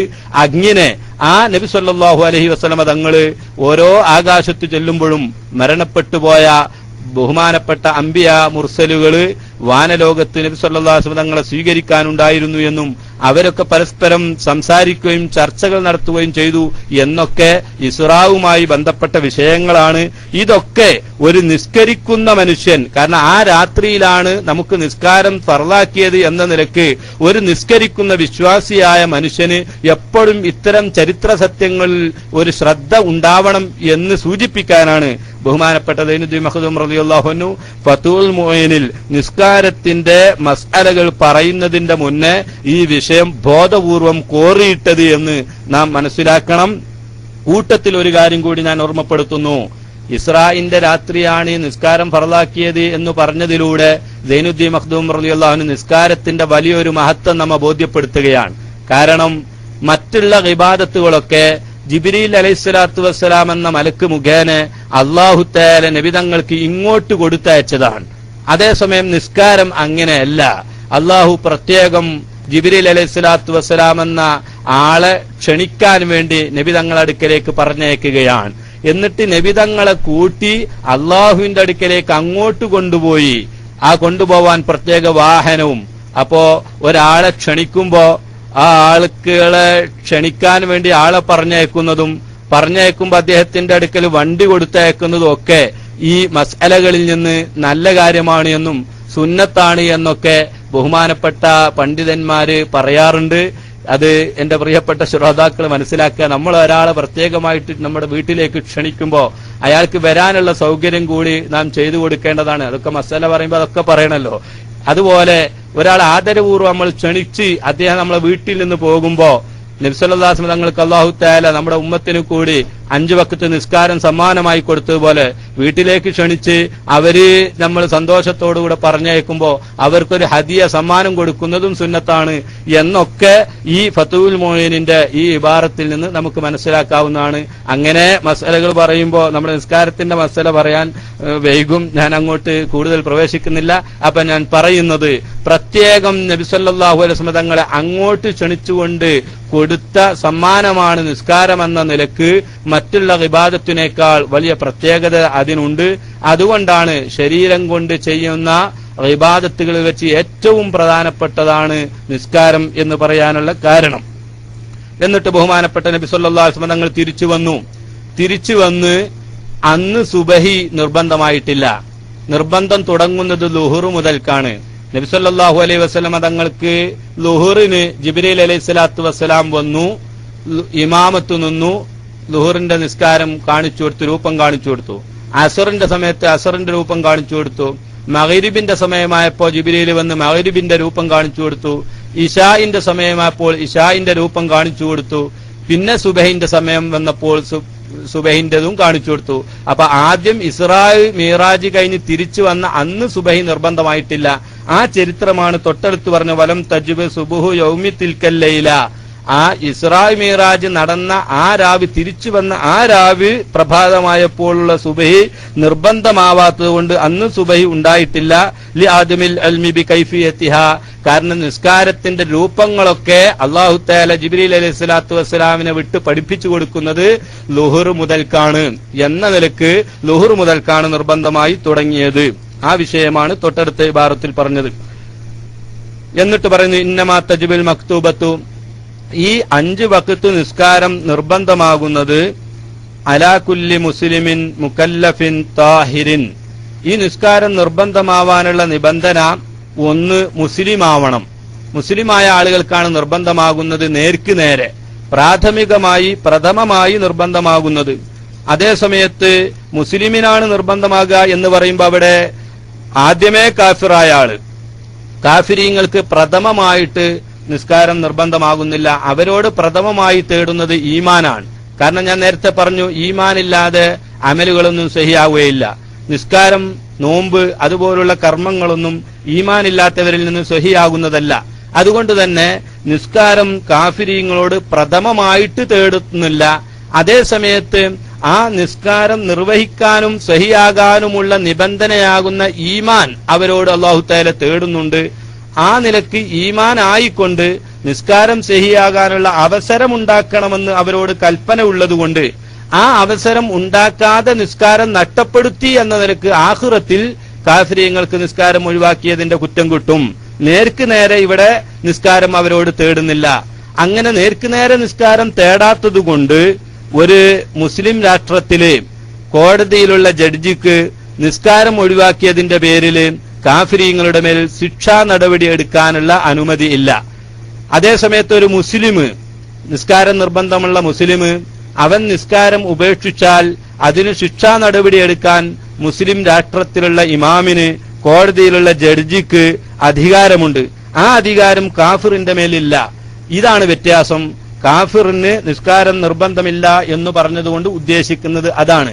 കാഫിരീങ്ങളോട് മറ്റുള്ള ഇസ്ലാമിന്റെ ഫുറൂഖിയായ ഈമാൻ കഴിഞ്ഞാൽ ബാക്കിയുള്ള ഫുറൂഖിയായ കർമ്മങ്ങളൊന്നും നേർക്ക് നേരെ തേടപ്പെടുന്നില്ലെങ്കിലും അത്തരം വിഷയങ്ങളിൽ ഒഴിവാക്കിയതുകൊണ്ട്, അതിനുള്ള സാഹചര്യം അവര് ഈമാനിലായി ഉണ്ടാക്കാത്തതുകൊണ്ട് ആഖിറത്തിൽ അവർക്ക് കുറ്റം കിട്ടും. വ്യഭിചരിച്ചതിന്റെ കുറ്റം ആഖിറത്തിലുണ്ട്, കള്ളുകുടിച്ചതിന്റെ കുറ്റം ആഖിറത്തിലുണ്ട്, നിസ്കാരം ഉപേക്ഷിച്ചതിനുള്ള കുറ്റം ആഖിറത്തിലുണ്ട്, നോമ്പ് ഉപേക്ഷിച്ചതിന്റെ കുറ്റം കാഫിരീങ്ങൾക്ക് ആഖിറത്തിലുണ്ട്. അതേസമയത്ത് ഒരു മുസ്ലിം രാഷ്ട്രത്തിലെ ഇമാമിന് അത് ഒഴിവാക്കിയതിന്റെ പേരിൽ അവരുടെ മേൽ ശിക്ഷാ നടപടിയെടുക്കാൻ നിർവാഹമില്ല. അതിൽ നിന്ന് പൊതുവെ ഫിഖിഹിന്റെ കിതാബുകളിലൊക്കെ കാണാം, ഫുറൂഖിയായ കാര്യങ്ങൾ, ഇത്തരം കർമ്മപരമായ കാര്യങ്ങൾ കാഫിരീങ്ങളോട് തേടപ്പെടുന്നുണ്ടോ ഇല്ലയോ, അത് ശിക്ഷാ നടപടി എന്ന നിലക്ക് തേടപ്പെടുന്നില്ല. ആഖിറത്തിൽ അവർക്ക് കുറ്റം കിട്ടുമെന്ന നിലക്ക് അല്ലാഹു തആല അവരിൽ നിന്ന് അത് തേടുന്നുണ്ട്. അത് സഹിയാവാനുള്ള ഈമാൻ അവര് വിശ്വസിച്ചുകൊണ്ട് സഹിയാക്കാനുള്ള അവസരമുണ്ടാക്കണം എന്നാണ് അതിനർത്ഥം. അത് വെച്ച് നോക്കുമ്പോ നമ്മുടെ നാട്ടിൽ നടക്കുന്ന ഒരു മസ്അല പറയാൻ വേണ്ടിയാണ് ഞാനത് ഇത്രയും വിശദീകരിച്ചത്. കാഫിര്യങ്ങൾക്ക് അതൊന്നും ബാധകമല്ല എന്ന് മനസ്സിലാക്കി ചത്ത കോഴി അത് സാധാരണ ശവം കഴിക്കരുത് എന്ന നിലക്ക്, അല്ലെങ്കിൽ ഒരു ആട് ചത്തു ശവം കഴിക്കരുത് എന്ന നിലക്ക് നാം അത് കഴിക്കൂല. നമ്മളത് കാഫിര്യങ്ങൾക്ക് കൊടുക്കും. ചത്ത കോഴിയല്ല, അവർ കഴിക്കട്ടെ, കൊടുക്കാൻ പാടില്ല, ഹറാമാണ്. കാരണം അവർക്കും ശവം തിന്നല് ഹറാമാണ്. നേർക്കുനേരെ അവർക്ക് ഞാൻ നേരത്തെ പറഞ്ഞതുപോലെ അവർ ഈ ഫുറൂഇയായ കാര്യങ്ങളെ കൊണ്ട് കൽപ്പിക്കപ്പെട്ടിട്ടുണ്ട്. അതിന്റെ അവസരം അവർ ഉണ്ടാക്കണം എന്നേ ഉള്ളൂ. അപ്പോൾ അത്തരം തെറ്റുകുറ്റങ്ങൾക്ക് അവർക്ക് ആഖിറത്തുൽ കുറ്റമുണ്ട് എന്ന് ബഹുമാനപ്പെട്ട ഇബ്നു ഹജർ അൽ ഹൈതമി റളിയല്ലാഹു അൻഹു, സൈനുദ്ദീൻ മഖ്ദൂം റളിയല്ലാഹു അൻഹുവിന്റെ ഉസ്താദാണ്. ഈ ഫത്ഹുൽ മുഈനിന്റെ അവലംബം തന്നെ കൂടുതലും ഇബ്നു ഹജർ ഹൈതമി റളിയല്ലാഹു അൻഹുവിന്റെ തുഹ്ഫത്തുൽ മുഹ്താജുമായി ബന്ധപ്പെട്ടതാണ്. ആ തുഹ്ഫത്തുൽ മുഹ്താജിൽ ഇബ്നു ഹജർ അൽ ഹൈതമി റളിയല്ലാഹു അൻഹു ഇത്തരം കാര്യങ്ങൾ വിശദമായിട്ട് പറയുന്നുണ്ട്. സംശയമുണ്ടാകുമ്പോൾ ഇത്തരം കാര്യങ്ങളിൽ നിങ്ങൾക്ക് സംശയ നിവാരണത്തിന്റെ സമയത്ത് ചോദിക്കാവുന്നതാണ്. പിന്നെ മറ്റൊരു കാര്യം, അതാണ് ബഹുമാനപ്പെട്ട സൈനുദ്ദീൻ മഖ്ദൂം റളിയല്ലാഹു അൻഹു പറയുന്നു, അലാ കുല്ലി മുസ്ലിമിൻ മുകല്ലഫിൻ, മുസ്ലിമിനാണ് നിർബന്ധമാവുന്നത്, കാഫിറിന് നിർബന്ധമില്ല. മുസ്ലിം ആവുകയാണെങ്കിൽ തന്നെ എല്ലാ മുസ്ലിമിനുമില്ല. മുകല്ലഫിൻ, ബുദ്ധിയും പ്രായപൂർത്തിയും വേണം, ബുദ്ധിയുള്ളവനാവണം. അപ്പോ ഭ്രാന്തന്മാര്, അതുപോലെ ബോധം പോയ ആളുകൾ, ബോധക്ഷയമുള്ളവര്, ഒരു സമയം മുഴുവനും, ഒരു നിസ്കാരത്തിന്റെ സമയം മുഴുവനും ബോധക്ഷയത്തിലായി കിടന്ന ആളാണെങ്കിൽ അദ്ദേഹത്തിന് നിസ്കാരം നിർബന്ധമാകുന്നില്ല. അതുപോലെ താഹിരിൻ, സ്ത്രീകളാണെങ്കിൽ ഹൈദ് നിഫാസിൽ നിന്ന് ശുദ്ധി ഉണ്ടാവുകയും വേണം. ഹൈദ് നിഫാസ് ഉള്ള സമയത്ത് അവർക്കും അത് നിർബന്ധമാകുന്നില്ല. അപ്പൊ നിസ്കാരം നിർബന്ധമാകുന്നത് ബുദ്ധിയും പ്രായപൂർത്തിയും, സ്ത്രീകളാണെങ്കിൽ ഹൈദ് നിഫാസിൽ നിന്ന് ശുദ്ധിയും ഉള്ള എല്ലാ മുസ്ലിമിനും നിസ്കാരം നിർബന്ധമാകുന്നതാണ്. ഈ പറഞ്ഞ ആശയത്തിൽ നിന്ന് ആർക്കൊക്കെ നിർബന്ധമില്ല എന്ന് ഒന്നുകൂടി സൈനുദ്ദീൻ മഖ്ദൂം റളിയല്ലാഹു അൻഹു തൊട്ടടുത്തവരിൽ വിശദീകരിക്കുന്നു. ഫലാ തജിബു, അപ്പോൾ നിസ്കാരം നിർബന്ധമില്ല. അലാ കാഫിരിൻ അസുലിയിൻ, അസുലിയായ കാഫിർ. അസുലിയായ കാഫിർ എന്ന ആദ്യ കാഫിറാണ്, ആദ്യം മുസ്ലിം ആയിരുന്നു, പിന്നെ ഇടക്കാലത്തൊന്ന് മുർത്തദ്ദായി പോയതാണ്. എന്നാൽ ആ മുർത്തദ്ദിന് നിസ്കാരം നിർബന്ധമാവും. നിസ്കാരം നിർബന്ധമാവും എന്ന് പറഞ്ഞിട്ടുണ്ടെങ്കിൽ ആ മുർത്തദ്ദായി നിൽക്കുന്ന സമയത്ത് നിസ്കരിക്കണമെന്നല്ല, അവൻ പിന്നെ ഇസ്ലാമിലേക്ക് വന്നാൽ മുർത്തദ്ദായ കാലത്ത് നഷ്ടപ്പെട്ടു പോയ നിസ്കാരങ്ങളൊക്കെ ഖളാ വീട്ടൽ നിർബന്ധമാണ്. അതേസമയത്ത് ഒരു അസുലിയായ കാഫിർ, ആദ്യമേ കാഫിറാണ്, ആ കാഫിർ പിന്നെ മുസ്ലിമായാൽ കാഫിറായ കാലത്തുള്ള നിസ്കാരം അവൻ ഖളാ വീട്ടേണ്ടതില്ല. ലാ വുജൂബൻ വലാ നദ്ബൻ, അവന് ഖളാ വീട്ടൽ നിർബന്ധവുമില്ല എന്നല്ല സുന്നത്തുമില്ല. ഒരു അമുസ്ലിമായ സഹോദരൻ അവൻ മുസ്ലിമായാൽ ഓൻ കാഫിറായ കാലത്തുള്ള നിസ്കാരം, പ്രായപൂർത്തിയായത് മുതൽ കാഫിറായ കാലത്തുള്ള നിസ്കാരം മുഴുവനും നിസ്കരിക്കണം എന്ന് പറഞ്ഞാൽ അത് കുറച്ച് ബുദ്ധിമുട്ടുള്ള കാര്യമാണ്. മാത്രമല്ല അതുകൊണ്ടാണ് നബി സല്ലല്ലാഹു അലൈഹി വസല്ലം തങ്ങൾ പറഞ്ഞു, അൽ ഇസ്ലാമു യഹ്ദിമു മാ കാന ഖബലഹു, മുസ്ലിമായാൽ അവന്റെ മുമ്പുള്ള എല്ലാ ദോഷങ്ങളും അള്ളാഹു പുറത്തു കൊടുക്കും എന്ന ഹദീസ് വെച്ചുകൊണ്ട് സൈനുദ്ദീൻ മഖ്ദൂം റളിയല്ലാഹു അൻഹു പറയുന്നു. അതുപോലെ കർമ്മശാസ്ത്ര പണ്ഡിതന്മാരൊക്കെ പറയുന്നു, എന്ത് വേണ്ടതില്ല, കാഫിറായ ആള് മുസ്ലിമായാൽ നിസ്കാരം ഖളാ വീട്ടേണ്ടതില്ല. അത് നിർബന്ധമില്ല എന്ന് മാത്രമല്ല, അങ്ങനെ ഖളാ വീട്ടൽ അവന് സുന്നത്തുമില്ല എന്നാണ് ബഹുമാനപ്പെട്ട ഇമാമുകൾ പറഞ്ഞിരിക്കുന്നത്. മാത്രമല്ല അതുകൊണ്ട് കാഫിറായ മുർത്തദ്ദായി പിന്നെ അവൻ ഇസ്ലാമിലേക്ക് വരുമ്പോ മുർത്തദ്ദായ കാലത്തുള്ള നിസ്കാരം ഖളാ വീട്ടണം. ഇവിടെ രണ്ടും വ്യത്യാസപ്പെടാനുള്ള കാരണം കാഫിറിന് ഇളവാണത്, അവൻ ഇസ്ലാം ആവാൻ വേണ്ടിയുള്ള ഒരു പ്രേരണ കൂടിയാണത്. അതേസമയത്ത് മുർത്തദ് ആവാതിരിക്കാനുള്ള ശക്തമായ ഒരു താക്കീത് കൂടിയാണ്. ഒരു മുസ്ലിം മുർത്തദ്ദായി പോയാൽ പിന്നെ മുസ്ലിം ആവുമ്പോൾ മുർത്തദ്ദായ കാലത്തുള്ള നിസ്കാരമൊക്കെ ഖളാ വീട്ടേണ്ടി വരും എന്ന നിലക്കുള്ള ഒരു ഭയം കൂടി ഉണ്ടാവണം. അതുകൊണ്ട് മുർത്തദ്ദാകുന്ന കാര്യങ്ങൾ സംഭവിച്ചു പോവാതിരിക്കാനുള്ള ശ്രദ്ധ ഒരു മുസ്ലിമിന് ഉണ്ടാവാൻ വേണ്ടി കൂടിയാണ് അത് ഖളാ വീട്ടൽ നിർബന്ധമാണ് എന്ന് പറഞ്ഞതിന്റെ പല കാരണങ്ങളിൽ നിന്നുള്ള ഒരു കാരണം. എന്നിട്ട് സൈനുദ്ദീൻ മഖ്ദൂം റളിയല്ലാഹു അൻഹു തുടർന്ന് പറയുന്നു, അസ്ലിയായ കാഫിറിന് മടക്കേണ്ടതിൽ നിസ്കാരം ഖളാ വീട്ടേണ്ടതില്ല. വസ്വബിയ്യൻ, കുട്ടികൾക്ക് നിസ്കാരം നിർബന്ധമാകുന്നില്ല. കുട്ടികൾക്ക് നിസ്കാരം നിർബന്ധമാകുന്നില്ല. അവർക്ക് ഇനി നിസ്കാരം കൊണ്ട് വലിയവരെ കൽപ്പിക്കേണ്ടുന്ന ചില വിഷയങ്ങൾ ഇൻഷാ അല്ലാഹ് നമ്മളെ ഈ ക്ലാസിന്റെ തൊട്ടടുത്ത പേജിൽ ഇൻഷാ അല്ലാഹ് സൈനുദ്ദീൻ മഖ്ദൂം റളിയല്ലാഹു അൻഹു ഫത്ഹുൽ മുഈനിൽ പറയുന്നുണ്ട്, അവിടെ അത് വിശദീകരിക്കും. അതേസമയത്ത് ഒരു കുട്ടി പ്രായപൂർത്തിയായാൽ തന്റെ കുട്ടിക്കാലത്ത് ഉള്ള നിസ്കാരങ്ങൾ ഖളാ വീട്ടേണ്ടതുണ്ടോ? ഖളാ വീട്ടേണ്ടതില്ല, നിർബന്ധമില്ല. കാരണം അവന് ആദ്യ കുട്ടിപ്രായത്തിൽ നിസ്കാരം നിർബന്ധമാവുന്നില്ലല്ലോ. ഖളാ വീട്ടണോ? വീട്ടേണ്ടതില്ല. എന്നാൽ അത് സുന്നത്തുണ്ടോ? ബഹുമാനപ്പെട്ട പണ്ഡിതന്മാർ ചർച്ച നടത്തിയിട്ടുണ്ട്. തമ്മീസായതിനു ശേഷം, വകതിരിവ് എത്തിയതിനു ശേഷം ഒരു കുട്ടിക്ക് അവന്റെ ജീവിതത്തിൽ നഷ്ടപ്പെട്ടു പോയ നിസ്കാരങ്ങൾ അവൻ പ്രായപൂർത്തിയായതിനു ശേഷം ഓരോന്ന് ഖളാ വീട്ടുകയാണെങ്കിൽ അത് സുന്നത്താണ് എന്ന് ബഹുമാനപ്പെട്ട ഇമാമുകളൊക്കെ പറഞ്ഞിട്ടുണ്ട്. വകതിരിവ് എന്ന് പറഞ്ഞാൽ തമ്മീസ്. എന്താണ് ഈ തമ്മീസ്? നമ്മളെ ഹജ്ജിന്റെ ഇഹ്റാം ചെയ്യുന്നിടത്തും അതുപോലെ തന്നെ പല വിഷയങ്ങളിലും ശറഈല് കർമ്മശാസ്ത്ര ഗ്രന്ഥങ്ങളിൽ തമ്മീസിനെ സംബന്ധിച്ച് പറയുന്നത് കാണാം. തമ്മീസ് എന്ന് പറഞ്ഞാൽ നബി സല്ലല്ലാഹു അലൈഹി വസല്ലം തങ്ങളോട് ഒരിക്കൽ ചോദിച്ചു, സുഇലൻ നബി സല്ലല്ലാഹു അലൈഹി വസല്ലം നബിയോട് ചോദിച്ചു, ഈ തമ്മീസ് എന്ന് പറയുന്നത് എന്താണ്? നബി തങ്ങൾ അതിന് മറുപടി പറഞ്ഞു, ഉർഫ യമീനുഹു അൻ ശിമാലിഹി, അവന്റെ ഇടഭാഗവും വലഭാഗവും വേർതിരിച്ച് അറിയാൻ പറ്റുന്ന ഒരു പ്രകൃതിയിലേക്ക്, ഒരു സാഹചര്യത്തിലേക്ക് കുട്ടിയെത്തുക. ഇടഭാഗവും വലഭാഗവും ഏതാണെന്ന് തിരിച്ചറിയുക എന്ന് പറഞ്ഞതിന് ഉദ്ദേശിക്കുന്നത് സാധാരണ ഇടത് വലത് എന്നുള്ള അർത്ഥത്തിന് മാത്രമല്ല, ഐ മാ യളുറുഹു മിമ്മാ യൻഫഉഹു, അവന് ഉപകാരമുള്ളതും ഉപദ്രവമുള്ളതും തമ്മിൽ വേർതിരിച്ചറിയുക. ഇന്നതൊക്കെ എനിക്ക് ഉപകാരമുള്ളതാണ്, ഇന്നതൊക്കെ എനിക്ക് ഉപദ്രവമുള്ളതാണ് എന്ന് വേർതിരിച്ചറിയാൻ പറ്റുന്ന ഒരു ബുദ്ധിയിലേക്ക്, ഒരവസ്ഥയിലേക്ക് വരുമ്പോൾ അതിനാണ് തമ്മീസിന്റെ വയസ്സ് എന്ന് പറയുന്നത്. ഏകദേശം ഒരു 7 വയസ്സ് ഒക്കെ ആകുമ്പോൾ അത്തരം കാര്യങ്ങളൊക്കെ വ്യക്തമായിട്ട് വരുന്നൊരു സമയമാണ്. അതുകൊണ്ട് 7 വയസ്സായ നിസ്കാരം കൊണ്ട് കൽപ്പിക്കുകയും 10 വയസ്സാകുമ്പോൾ അതൊന്നുകൂടി ശക്തിപ്പെടുന്ന സമയമായതുകൊണ്ട് അപ്പം നിസ്കാരം ഉപേക്ഷിച്ചാൽ അടിക്കുകയും വേണമെന്നൊക്കെ നബി സല്ലല്ലാഹു അലൈഹി വസല്ലം തങ്ങൾ പറയാനുള്ള കാരണം ആ ഭാഗം ഇൻഷാ അല്ലാഹ് നമ്മളെ ആ ഇബാറത്ത് വരുന്ന സമയത്ത് വിശദീകരിക്കും. ഇപ്പൊ ഞാൻ പറയുന്നത്, അങ്ങനെ തമ്മീസായതിനു ശേഷം നഷ്ടപ്പെട്ട നിസ്കാരങ്ങള് ബുലൂഗായതിനു ശേഷം ഖളാ വീട്ടല് സുന്നത്തുണ്ട് എന്ന് കുട്ടികളെ സംബന്ധിച്ചിട്ടുള്ള ചർച്ചയിൽ ബഹുമാനപ്പെട്ട ഇമാമുകൾ പറഞ്ഞത് കാണാം. ഏതായാലും അവർക്ക് ബുലൂഗാകുന്നതിന്റെ മുന്നേ നിസ്കാരം നിർബന്ധമില്ല. വ മജ്നൂനിൻ, ഭ്രാന്തന്, വ മുഗ്മാ അലൈഹി, ബോധക്ഷയം ഉണ്ടായ ആള്, വ സക്റാനിൻ ബിലാ തഅദ്ദിൻ, ബോധപൂർവമുള്ള പ്രവർത്തനമല്ലാതെ മത്തുപിടിച്ചവൻ. അവൻ ബോധപൂർവം കുടിച്ചുകൊണ്ട് മത്തായവനല്ല, ബോധപൂർവമല്ലാതെ മത്തായ ആള്, അവന് ആ സമയം മുഴുവനും സക്രാനായിട്ടാണെങ്കിൽ അവന് നിസ്കാരം നിർബന്ധമാവുന്നില്ല. ഇത്തരം ആളുകൾക്ക് നിസ്കാരം നിർബന്ധമില്ല എന്ന് പറയാനുള്ള കാരണം ആദ്യമി തക്ലീഫിയും, ഭ്രാന്തന് അവനോട് കീർത്തനയില്ല, അതുപോലെ കാഫിറിനോട് നേർക്ക് നേരെ പ്രഥമമായി നിസ്കരിക്കണം എന്നുള്ള കീർത്തനയില്ല. വല അല അഹ്ലിൻ വനുഫസാ, ഹൈദ് ഉള്ളവള് അതുപോലെ നിഫാസ് ഉള്ളവള്, പ്രസവിച്ചു അതുപോലെ പ്രസവരക്തം വരുന്നവള്, ഹൈദ് രക്തമുള്ളവള്, ഇവർക്ക് അതുണ്ടാകുന്ന സമയത്ത് നിസ്കാരം കൊണ്ട് കൽപ്പനയില്ല, അതുകൊണ്ട് അവർ നിസ്കരിക്കേണ്ടതില്ല. ലിഅദമി സിഹ്ഹത്തിഹാ മിൻഹുമാ, അവര് നിസ്കരിക്കേണ്ടതില്ല എന്ന് മാത്രമല്ല ആ സമയത്ത് നിസ്കരിച്ചാൽ ആ നിസ്കാരം സഹിയാകുകയില്ല, അത് ഹറാമുമാണ്. അതുകൊണ്ട് അവർക്കത് നിർബന്ധമില്ല, അവരോട് തക്ലീഫില്ല. അപ്പൊ പിന്നെ അവർ ഖളാ വീട്ടേണ്ടതില്ലോ ഉണ്ടോ? ഖളാ വീട്ടേണ്ടതുമില്ല എന്ന് മാത്രമല്ല, അങ്ങനെ ഒരാൾ ഖളാ വീട്ടാണെങ്കിലോ ഹൈദ് നിഫാസൊക്കെ ഉണ്ടായി, അത് മുറിഞ്ഞു, ആ സമയത്തുള്ള നിസ്കാരം ഏതായാലും നമുക്ക് ഹൈദ് ഉണ്ടാകുന്ന സമയത്ത് നിസ്കാരം ഏതായാലും നിസ്കരിക്കാൻ പറ്റില്ല. ഇനി ഹൈദ് മുറിഞ്ഞതിന് ശേഷം നിസ്കരിച്ചാൽ ചില ആളുകളൊക്കെ ഏതായാലും ഒഴിവല്ലേ, അന്ന് നഷ്ടപ്പെട്ടു പോയ നിസ്കാരമൊക്കെ അങ്ങ് നിസ്കരിക്കുക.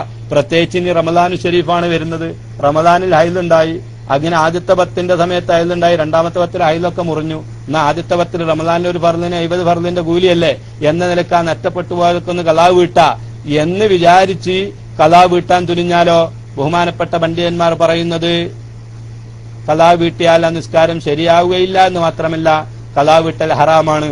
ചില പണ്ഡിതന്മാർ പറഞ്ഞ് ചുരുങ്ങിയ കറാഹത്താണ്, അല്ല ബലപ്പെട്ട അഭിപ്രായം ഹറാമ് തന്നെ എന്ന് ബഹുമാനപ്പെട്ട ഇബ്നു ഹജർ അൽ ഹൈതമി റളിയല്ലാഹു അൻഹു പറയുന്നു. അപ്പൊ അങ്ങനെ ഒന്നുകൂടി കൂടുതൽ നന്നാവാ എന്ന് വിചാരിച്ച് അത്തരം കാര്യങ്ങൾ ആരും എന്റെ പ്രിയപ്പെട്ട സഹോദരിമാര് എന്റെ ക്ലാസ് കേൾക്കുന്നുണ്ടെങ്കിൽ അവർ ശ്രദ്ധിക്കാൻ വേണ്ടിയാണ് ഞാനത് വിശദീകരിച്ചു പറഞ്ഞത്. അപ്പൊ ആ കാര്യങ്ങൾ ബഹുമാനപ്പെട്ട സൈനുദ്ദീൻ മഖ്ദൂം റളിയല്ലാഹു അൻഹു പറയുന്നു, ഹൈലുള്ള സമയത്ത് നിസ്കാരം നിർബന്ധമില്ല, നിഫാസുള്ള സമയത്ത് നിസ്കാരം നിർബന്ധമില്ല. കാരണം ആ സമയത്ത് നിസ്കാരം സഹിയാകുന്നതല്ല. അതുകൊണ്ട് വലാ ഖളാ അലൈഹിം, ഈ പറഞ്ഞ ടീമൊന്നും ഖളാ വീട്ടേണ്ടതുമില്ല. അതേസമയം ബൽ തജിബു അലാ മുർത്തദ്ദിൻ വ മുതഅദ്ദിൻ ബിസുക്രിൻ, മുർത്തദ്ദായ ആള് ഖളാ വീട്ടൽ നിർബന്ധമാണ്. അവൻ ഇസ്ലാമിലേക്ക് വന്നതിനു ശേഷം സ്വപ്രവർത്തനം കൊണ്ടും ബോധപൂർവമായ പ്രവർത്തനങ്ങൾ കൊണ്ടും ഒരാള് മസ്താനായി മത്തുപിടിച്ചു, ലഹരിയുണ്ടായി, എന്നാൽ അവന്റെ ആ ലഹരി നീങ്ങിയതിനു ശേഷം ആ സമയത്തുള്ള നിസ്കാരം ഖളാ വീട്ടൽ നിർബന്ധമാകുന്നു. അപ്പൊ ചുരുക്കത്തില് ബുദ്ധിയും പ്രായപൂർത്തിയുമായ ശുദ്ധിയുമുള്ള ആളുകളുടെ മേലിൽ 5 വഖത്ത് നിസ്കാരം നിർബന്ധമാണ്. അങ്ങനത്തെ ആളുകൾ ഒരു കാരണവുമില്ലാതെ നിസ്കരിക്കാതെ നിസ്കാരം നഷ്ടപ്പെടുത്തിയാൽ വയുഖ്തലുൽ മുസ്ലിമുൽ മുകല്ലഫു ത്വാഹിറു, ഈ പറഞ്ഞ ആളുകൾ നിസ്കാരം ഒഴിവാക്കിയാൽ അതിന്റെ ജംഇന്റെ വക്തിനെയും തൊട്ടു ബന്ധിച്ചു. ളുഹർ നിസ്കാരം അതിന്റെ ജംഇന്റെ വക്ത് അസറിന്റെ അവസാന സമയം വരെ ളുഹറിന്റെ ജംഇന്റെ വക്ത. അപ്പൊ ളുഹർ ഒരാൾ നഷ്ടപ്പെടുത്തി ഒരു കാരണവുമില്ലാതെ കസലൻ മടിയനായിട്ട് ളുഹർ നിസ്കാരത്തിനെ ഒരാൾ ഉപേക്ഷിച്ചു, ഒരു കാരണവുമില്ല. എന്നാൽ അവനെ മുസ്ലിം രാഷ്ട്രത്തില് ഇസ്ലാമിക കോടതിയിലുള്ള ഖാദി അവനോട് നിസ്കരിക്കാൻ വേണ്ടി പറയണം. എന്നിട്ടും അവൻ നിസ്കരിക്കുന്നില്ലെങ്കിൽ അവനെ കൊല്ലൽ നിർബന്ധമാണ് എന്നാണ്. അവനെ കൊല്ലാം. ആ കൊല്ലുന്നതിന്റെ സമയം എത്രയാണ്? ളുഹർ നിസ്കാരം അസർ കഴിഞ്ഞത് വരെ കാത്തു നിൽക്കണം. കാരണം അതിന്റെ ജമ്മിന്റെ വക്ത് അങ്ങനെയാണ്. മഗ്‌രിബ് നിസ്കാരമാണെങ്കിൽ അതിന്റെ ജമ്മിന്റെ വക്ത് ഇശാന്റെ അവസാന സമയം വരെയാണ്. എന്നിട്ടും അവനോട് നിസ്കരിക്കാൻ പറഞ്ഞിട്ട് ഇശ കഴിഞ്ഞിട്ടും ആ മഗ്‌രിബ് നിസ്കരിക്കുന്നില്ല എങ്കിൽ അവനെ കൊല്ലൽ നിർബന്ധമാണ്. ഈ വിഷയമാണ് ഇനി പറയുന്നത്. ആ കൊല്ലൽ നിർബന്ധമാണെന്ന് പറയുമ്പോ ഓരോ വ്യക്തികൾക്കും അങ്ങനെ നിസ്കാരം ഉപേക്ഷിച്ചവരെ കൊല്ലൽ നിർബന്ധമാണ് എന്നല്ല. അതിനുള്ള അധികാരം ഇസ്ലാമിക രാജ്യത്ത് കോടതിയിലുള്ള ജഡ്ജിക്ക്, ഖാദിക്കാണ് അതിന്റെ അധികാരം. അല്ലെങ്കിൽ ആ ഖാദി ആ തീരുമാനമെടുത്ത് നിശ്ചയിക്കുന്ന ആളുകൾക്ക് അതിന്റെ അധികാരം ഉള്ളൂ. അതാണ് ഇനി തുടർന്ന് ബഹുമാനപ്പെട്ട സൈനുദ്ദീൻ മഖ്ദൂം റളിയല്ലാഹു അൻഹു പറയുന്നത്. യുഖ്തലുൽ മുസ്ലിമുൽ മുകല്ലഫു ത്വാഹിറു, ശുദ്ധിയും ബുദ്ധിയും പ്രായപൂർത്തിയുമുള്ള മുസ്ലിമായ നിസ്കാരത്തിന്റെ ഷർത്തുകളൊക്കെ ഒത്ത ഈ മനുഷ്യനെ കൊല്ലണം. ഹദ്ദൻ, ഹദ് എന്ന നിലക്ക്, ശിക്ഷാ നടപടി എന്ന നിലക്ക്, കാഫിറായതുകൊണ്ടല്ല. നിസ്കാരം മടിയനായിട്ട് ഉപേക്ഷിച്ചാലും കാഫിറാവുകയില്ല എന്നാണ് ബഹുമാനപ്പെട്ട ഇമാം ഷാഫി റളിയല്ലാഹു അൻഹു പറയുന്നത്. അതുകൊണ്ട് കൊല്ലുന്നത് കാഫിറായതുകൊണ്ടല്ല, അവൻ എന്നുള്ള നിസ്കാരം ഉപേക്ഷിക്കുന്നവർക്കുള്ള ശിക്ഷാ നടപടി എന്ന നിലക്കാണ് ഈ ഖത്ല് വരുന്നത്. അത് ഹദ്ദൻ, ഹദ് എന്ന നിലക്ക്. എങ്ങനെ കൊല്ലണം? ബിൽ അറബി ഉനുക്കിൻ, അവന്റെ പിരടി വെട്ടിക്കൊണ്ട്. എപ്പോഴാണ് കൊല്ലേണ്ടത്? ഇൻ അഖ്റജഹ അൽ മക്തൂബത, ആ ഫർള് നിസ്കാരത്തിന് അവൻ പുറപ്പെടുവിച്ചു, പിന്തിപ്പിച്ചു, ആമിദൻ കരുതി കൂട്ടിക്കൊണ്ട്, അൻ വഖ്തി ജംഇൻ, അതിന്റെ ജംഇന്റെ വഖ്തിനെയും വിട്ടു പിന്തിപ്പിച്ചാൽ. ളുഹർ നിസ്കാരത്തിന് മഗ്‌രിബിന്റെ സമയമായിട്ടും അവൻ നിസ്കരിച്ചില്ല, മഗ്‌രിബ് നിസ്കാരം ഇശ കഴിഞ്ഞിട്ടും നിസ്കരിച്ചില്ല എങ്കിൽ അവന് മാ ഇത്തിഖാദി വുജൂബിഹ, നിസ്കാരം നിർബന്ധമാണ് എന്നൊക്കെ അവൻ വിശ്വസിക്കുന്നുമുണ്ട്, പക്ഷെ മടിയനായിക്കൊണ്ടാണ് അവൻ നിസ്കാരം ഉപേക്ഷിക്കുന്നത് എങ്കിൽ ശിക്ഷാ നടപടി എന്ന നിലക്ക് കൊല്ലണം. ഇല്ലം യതുബ്, അവനോട് ഇമാമ് തൗബ ചെയ്യാൻ പറഞ്ഞിട്ട് തൗബ ചെയ്യുന്നില്ലെങ്കിലാണ് കൊല്ലേണ്ടത്. അതാണ് ബഅദൽ ഇസ്തിതാബത്തി. അവനോട് തൗബ തേടിയതിനു ശേഷം, തൗബ തേടുക എന്ന് പറഞ്ഞാല് ആ നിസ്കാരം അവൻ മടക്കി നിസ്കരിക്കണം. വേലാ നദിബിൽ ഇസ്തിതാബ, അങ്ങനെ തൗബ തേടല് സുന്നത്താണോ നിർബന്ധമാണോ അഭിപ്രായ വ്യത്യാസമുണ്ട്. സുന്നത്താണ് എന്നുള്ള അഭിപ്രായം അനുസരിച്ച് ഒരാള് ഇങ്ങനെ നിസ്കാരം ജമ്മിന്റെ വക്തിനെ തൊട്ടൊക്കെ പിന്തിച്ചു, ഇമാമ് അവനോട് തൗബ ചെയ്യാൻ വേണ്ടി പറഞ്ഞു. തൗബ ചെയ്യാൻ വേണ്ടി പറഞ്ഞിട്ട് അവൻ തൗബ ചെയ്യുന്നതിന്റെ മുന്നേ വേറെ ഏതോ ഒരു വ്യക്തി ഇമാമിന്റെ അനുമതി കൂടാതെ ഈ നിസ്കാരം ഉപേക്ഷിച്ച വ്യക്തിയെ മറ്റൊരാൾ കൊന്നുപോയാൽ, ഞാൻ നേരത്തെ പറഞ്ഞു ഓരോ വ്യക്തികൾക്കും നിയമം നടപ്പാക്കാനുള്ള അധികാരമില്ല. അത് ഇമാമുകളിൽ, ഖാദിമാരിൽ നിക്ഷിപ്തമാണ്, അല്ലെങ്കിൽ അവര് ഏൽപ്പിക്കപ്പെട്ടവരിൽ നിക്ഷിപ്തമാണ്. വ്യക്തികൾ നിയമം കയ്യിലെടുക്കാൻ ഇസ്ലാം ഒരിക്കലും അനുവദിക്കുന്നില്ല. അത് ജിഹാദാണെങ്കിലും മുർത്തദിനെ കൊല്ലലാണെങ്കിലും മുർത്തദായ ആളെ കൊല്ലണമെന്നുണ്ട്. അത് ഓരോ വ്യക്തികളും മുർത്തദിനെ കൊല്ലണം എന്നുള്ള ആശയം ഇസ്ലാം മുമ്പിൽ വെക്കുന്നില്ല. അവിടെ അത് നടപ്പാക്കേണ്ടത് ഇസ്ലാമിക രാജ്യത്ത് അല്ലെങ്കിൽ ഖാദിയുള്ള സ്ഥലത്ത് ഖാദിയാണ് അത് നടപ്പാക്കേണ്ടത്, അല്ലെങ്കിൽ ഖാദി നിശ്ചയിക്കുന്ന ആളുകളാണ്. എന്നല്ലാതെ ഓരോ വ്യക്തിയും കള്ളുകുടിക്കുന്നവനെ ഹദ്ദടിക്കാനും, അതുപോലെ വ്യഭിചരിച്ചവനെ കല്ലെറിഞ്ഞു കൊല്ലാനും, അതുപോലെ കട്ടവന്റെ കൈമുറിക്കാന്, ഇത്തരം ശിക്ഷാ നടപടികളൊക്കെ ഇമാമുമാരിലും ഖാദിമാരിലും നിക്ഷിപ്തമാണ്. വ്യക്തികൾക്കോ സംഘടനകൾക്കോ അതിനുള്ള അധികാരമില്ല. അതാണ് ബഹുമാനപ്പെട്ട സൈനുദ്ദീൻ മഖ്ദൂം റളിയല്ലാഹു അൻഹു നമ്മളെ കേരളത്തിൽ ജീവിച്ച് കേരളത്തിൽ വെച്ചാണ് ഫത്വൽ മുബീൻ എഴുതിയത്. അതുകൊണ്ട് തന്നെ കേരളത്തിന്റെ അന്തരീക്ഷത്തിൽ നിന്ന് എഴുതിയത് കൊണ്ട് തന്നെ പലരും സ്വന്തമായിട്ട് നിയമം നടപ്പാക്കാൻ തുനിയും എന്നത് കണ്ടുകൊണ്ട് തന്നെയാവാം ബഹുമാനപ്പെട്ട സൈനുദ്ദീൻ മഖ്ദൂം റളിയല്ലാഹു അൻഹു പറയുന്നു, നിസ്കാരം അതിന്റെ ജമ്മിന്റെ വ്യക്തിനെയും വിട്ട് പിന്തിച്ചാൽ അവനെ കൊല്ലണമെന്ന് പറയുമ്പോ അത് ഓരോ വ്യക്തികളുമല്ല കൊല്ലേണ്ടത്. ഇമാമ് അവനോട് തൗബ ചെയ്യാൻ പറഞ്ഞിട്ട് അവൻ ആ നിസ്കാരം മടക്കുന്നില്ലേ, ആ മടക്കുന്നില്ലെങ്കിൽ ഇമാമ് നിശ്ചയിച്ചവർക്കോ അവനെ കൊല്ലാം. അതേ സമയത്ത് തൗബൊക്കെ തേടി എന്നിട്ട് അവൻ മടക്കുന്നില്ല, എന്നാൽ അവൻ കൊലക്ക് അർഹനാണ്, പക്ഷെ ഒരു വ്യക്തി പോയി അവനങ്ങ് കൊന്നു. അങ്ങനെ കൊന്നാൽ അവന് യസിമു, അവൻ കുറ്റക്കാരനാവും. ഈ കൊന്ന വ്യക്തി കുറ്റക്കാരനാണ്.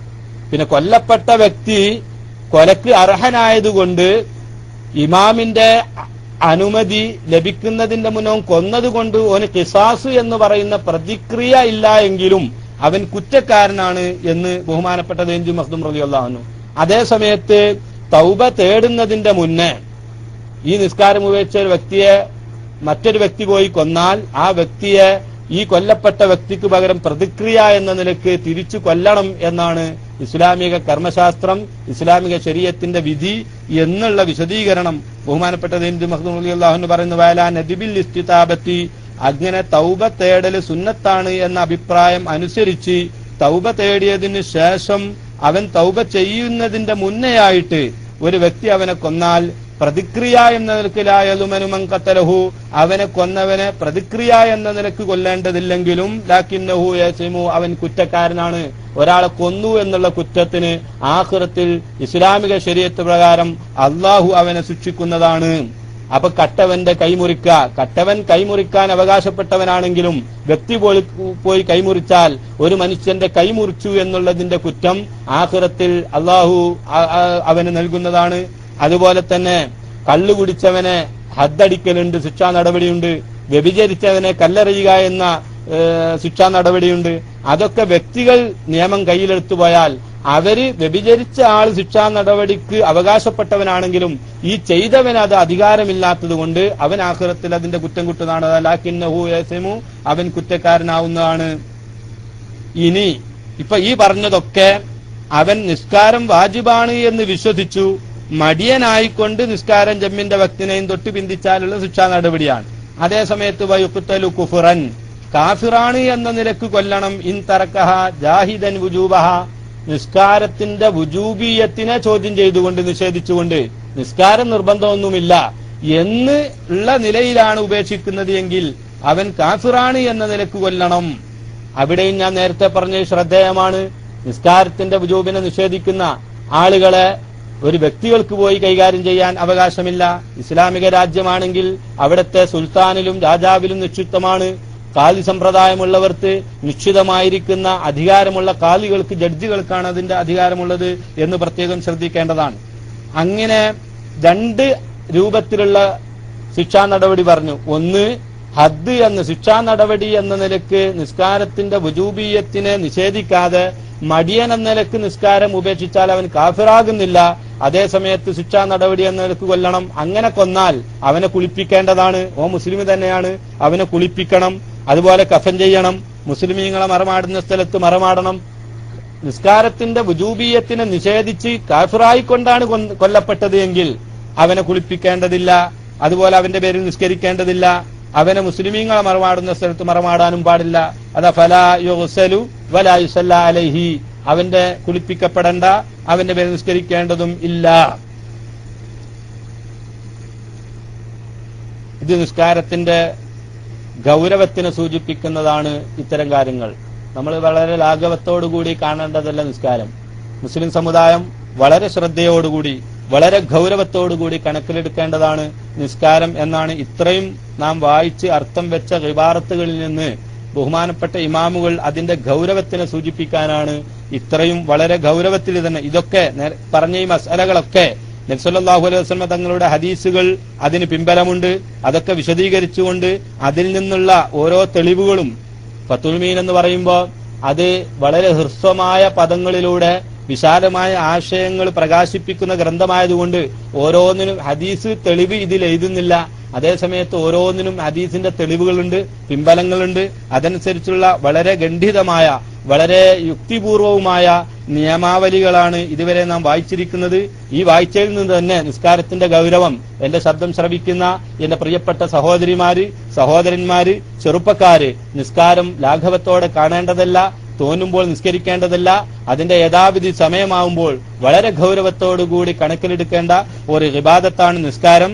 കരുതിക്കൂട്ടി മടിയനായിട്ട് ജമ്മിന്റെ വക്തിനെയും വിട്ട് പിന്തിച്ചാൽ കൊലക്ക് വരെ, കൊല്ലപ്പെടാൻ വരെ അവകാശമുള്ള ഒരു ഇബാദത്താണ് എന്ന് വെക്കുമ്പോ ആ നിസ്കാരം വളരെ ഗൗരവം നിറഞ്ഞത് തന്നെ എന്ന് നാം മനസ്സിലാക്കേണ്ടതുണ്ട് എന്ന് ഞാൻ ഓർമ്മപ്പെടുത്തുകയാണ്. ഇനി ബഹുമാനപ്പെട്ട സൈനുദ്ദീൻ മഖ്ദൂം റളിയല്ലാഹു അൻഹു വിശദീകരിക്കുന്നത് സമയബന്ധിതമായ നിസ്കാരം മനുഷ്യരാകുമ്പോ ചിലപ്പോ അനിവാര്യമായ ചില കാരണങ്ങളെ കൊണ്ട് സമയത്ത് നിർവഹിക്കാൻ പറ്റാതെ വന്നേക്കാം.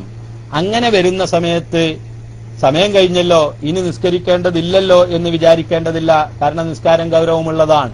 ഒരു മനുഷ്യന് ഒരിക്കലും നിസ്കാരം ഉപേക്ഷിക്കാൻ പറ്റില്ല. മാദാമ ആഖിനൻ, ബുദ്ധിയുള്ള കാലത്തോളം, അവന്റെ ബുദ്ധി സ്ഥിരതയുള്ള കാലത്തോളം നിസ്കാരം അവനിൽ നിന്ന് ഒഴിവാകുകയില്ല.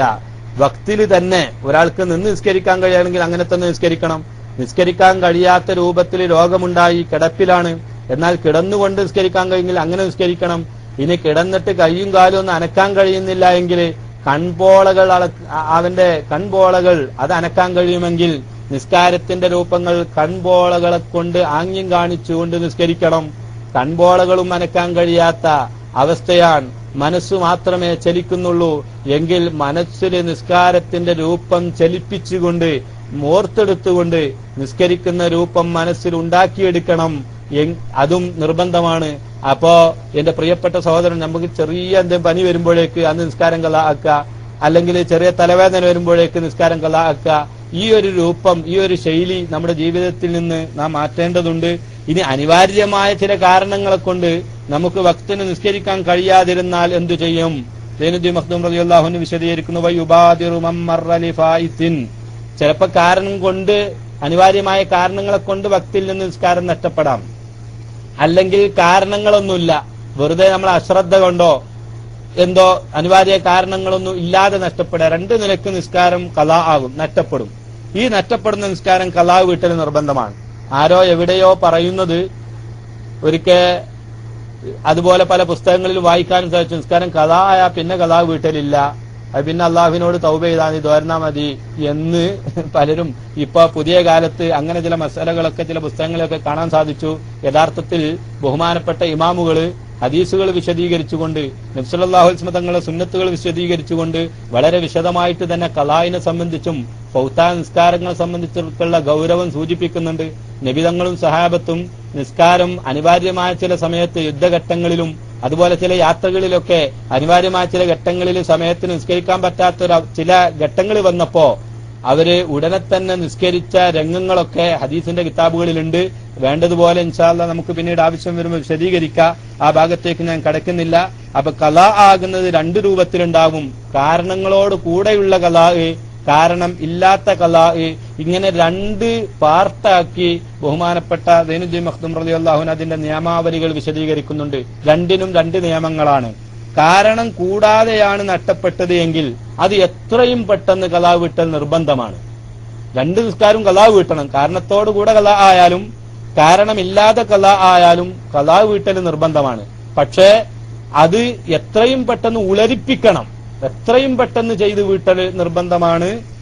കാരണമില്ലാതെ ഖളാ ആയതാണെങ്കിൽ. കാരണത്തോടുകൂടെയുള്ള ഖളാ ആണെങ്കിൽ സൗകര്യമനുസരിച്ച് ഖളാ വീട്ടൽ നിർബന്ധമാണ്. വയുബാദിറു മമ്മറ ലിഫായിത്തിൻ. ഖളാ ആയ നിസ്കാരങ്ങളെ എത്രയും പെട്ടെന്ന് ഖളാ വീട്ടണം. വുജൂബൻ, നിർബന്ധമായി തന്നെ. ഇൻഫാത്ത ബിലാ ഉദ്രിൻ, അനിവാര്യ കാരണം കൂടാതെ ഖളാ ആയതാണെങ്കിൽ ഫയൽസമുൽ ഖളാഉ ഫൗറൻ, ഉടനെ ഖളാ വീട്ടൽ നിർബന്ധമാണ്. എന്നിട്ട് ബഹുമാനപ്പെട്ട സൈനുദ്ദീൻ മഖ്ദൂം റളിയല്ലാഹു അൻഹു തന്റെ ഉസ്താദാകുന്ന ഇബ്നു ഹജർ ഹൈതമി റളിയല്ലാഹു അൻഹുവിന്റെ ഒരു ഫത്വ ഫത്വൽ മുഈനിൽ കൊണ്ടുവരികയാണ്.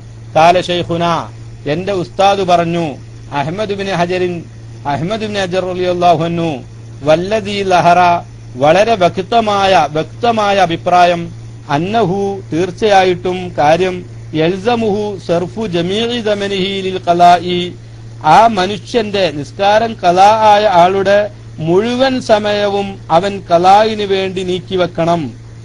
അവന്റെ മുഴുവൻ സമയവും ഖളാഇന് വേണ്ടി നീക്കിവെക്കണം.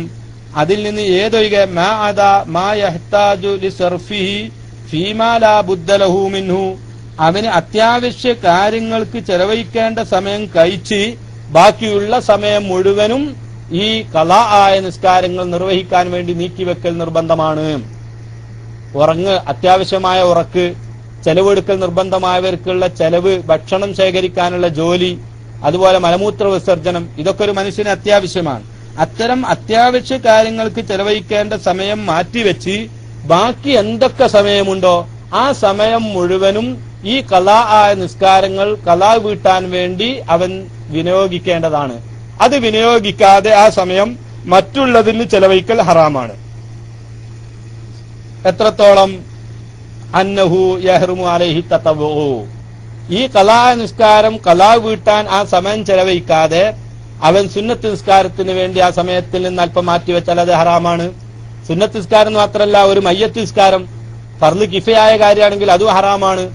മയ്യത്ത് നിസ്കാരം, ഫർളാ നിസ്കാരം കരുതി കൂട്ടിക്കൊണ്ട് അനിവാര്യമായ ഒരു കാരണവുമില്ലാതെ ഫർളായ കുറെ നിസ്കാരം ഖലാ ആയിട്ടുണ്ട് എങ്കിൽ ആ മനുഷ്യന് അവിടെ മയ്യത്ത് നിസ്കാരം നിസ്കരിക്കൽ ഹറാമാണ്. ആ സമയം കൂടി ഈ ഫർളായ നിസ്കാരം ഉടനെ ഖലാ വീട്ടാൻ വേണ്ടി വിനിയോഗിക്കുകയാണ് വേണ്ടത്. ആ മസലയെപ്പെട്ടാണ് റമദാനിൽ തറാവി നിസ്കരിക്കാൻ വരുമ്പോ തറാവി ഹറാമാണ്. ഫർളായ നിസ്കാരം കാരണത്തോട് കൂടെ അല്ല, കാരണം കൂടാതെ ഖലായവനെ സംബന്ധിച്ചാണ്. ഓനാണ് എത്രയും പെട്ടെന്ന് ഖലാ വീട്ടൽ നിർബന്ധമുള്ളത്. മറ്റുള്ളവർക്കും ഖലാ നിർബന്ധമാണ്, പക്ഷെ പിന്തിക്കുന്നതിന് വിരോധമില്ല.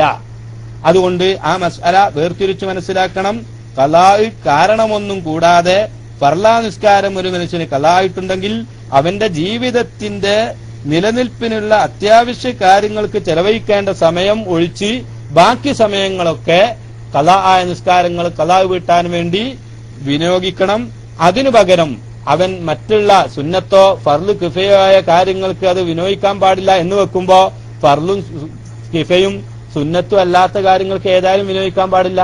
സൽക്കാരത്തിന് പോലെ അത് സുന്നത്ത് തന്നെയാണ്, പക്ഷെ അതിന് വിനിയോഗിക്കാൻ പാടില്ല. അതുപോലുള്ള ആവശ്യമില്ലാത്ത അല്ലെങ്കിൽ അത്യാവശ്യമില്ലാത്ത അത്തരം വിഷയങ്ങൾക്കൊന്നും നീക്കിവെക്കാൻ പാടില്ല. സുന്നത്ത് ഫർള് കിഫക്ക് തന്നെ നീക്കിവെക്കാൻ പാടില്ല എന്ന് പറയുമ്പോ അത് രണ്ടും അല്ലാത്ത മറ്റു കാര്യങ്ങൾക്ക് ഏതായാലും നീക്കിവെക്കാൻ പാടില്ലല്ലോ. അപ്പൊ റമദാൻക്ക് തറാവി നിസ്കരിക്കാതെ അങ്ങാടിയിൽ പോയിരിക്കാൻ ഏതായാലും പാടില്ല, അല്ലെങ്കിൽ മറ്റു വല്ല വിഷയത്തിന് നീക്കിവെക്കാനും പാടില്ല. അവൻ ചെയ്യേണ്ടത് എന്താണ്? തറാവി നിസ്കരിക്കാതെ ഫർള് വീട്ടുക. തറാവി നിസ്കരിക്കാതെ ഫർള് വീട്ടാതെ പോയി കിടന്നുറങ്ങിയാലോ ആവശ്യമില്ലാത്ത ഉറക്കാണെങ്കിൽ പാടില്ല. അതുപോലെ തന്നെ പോയി വെറുതെ ഇരുന്നാലോ പാടില്ല, ഹറാമാണ്.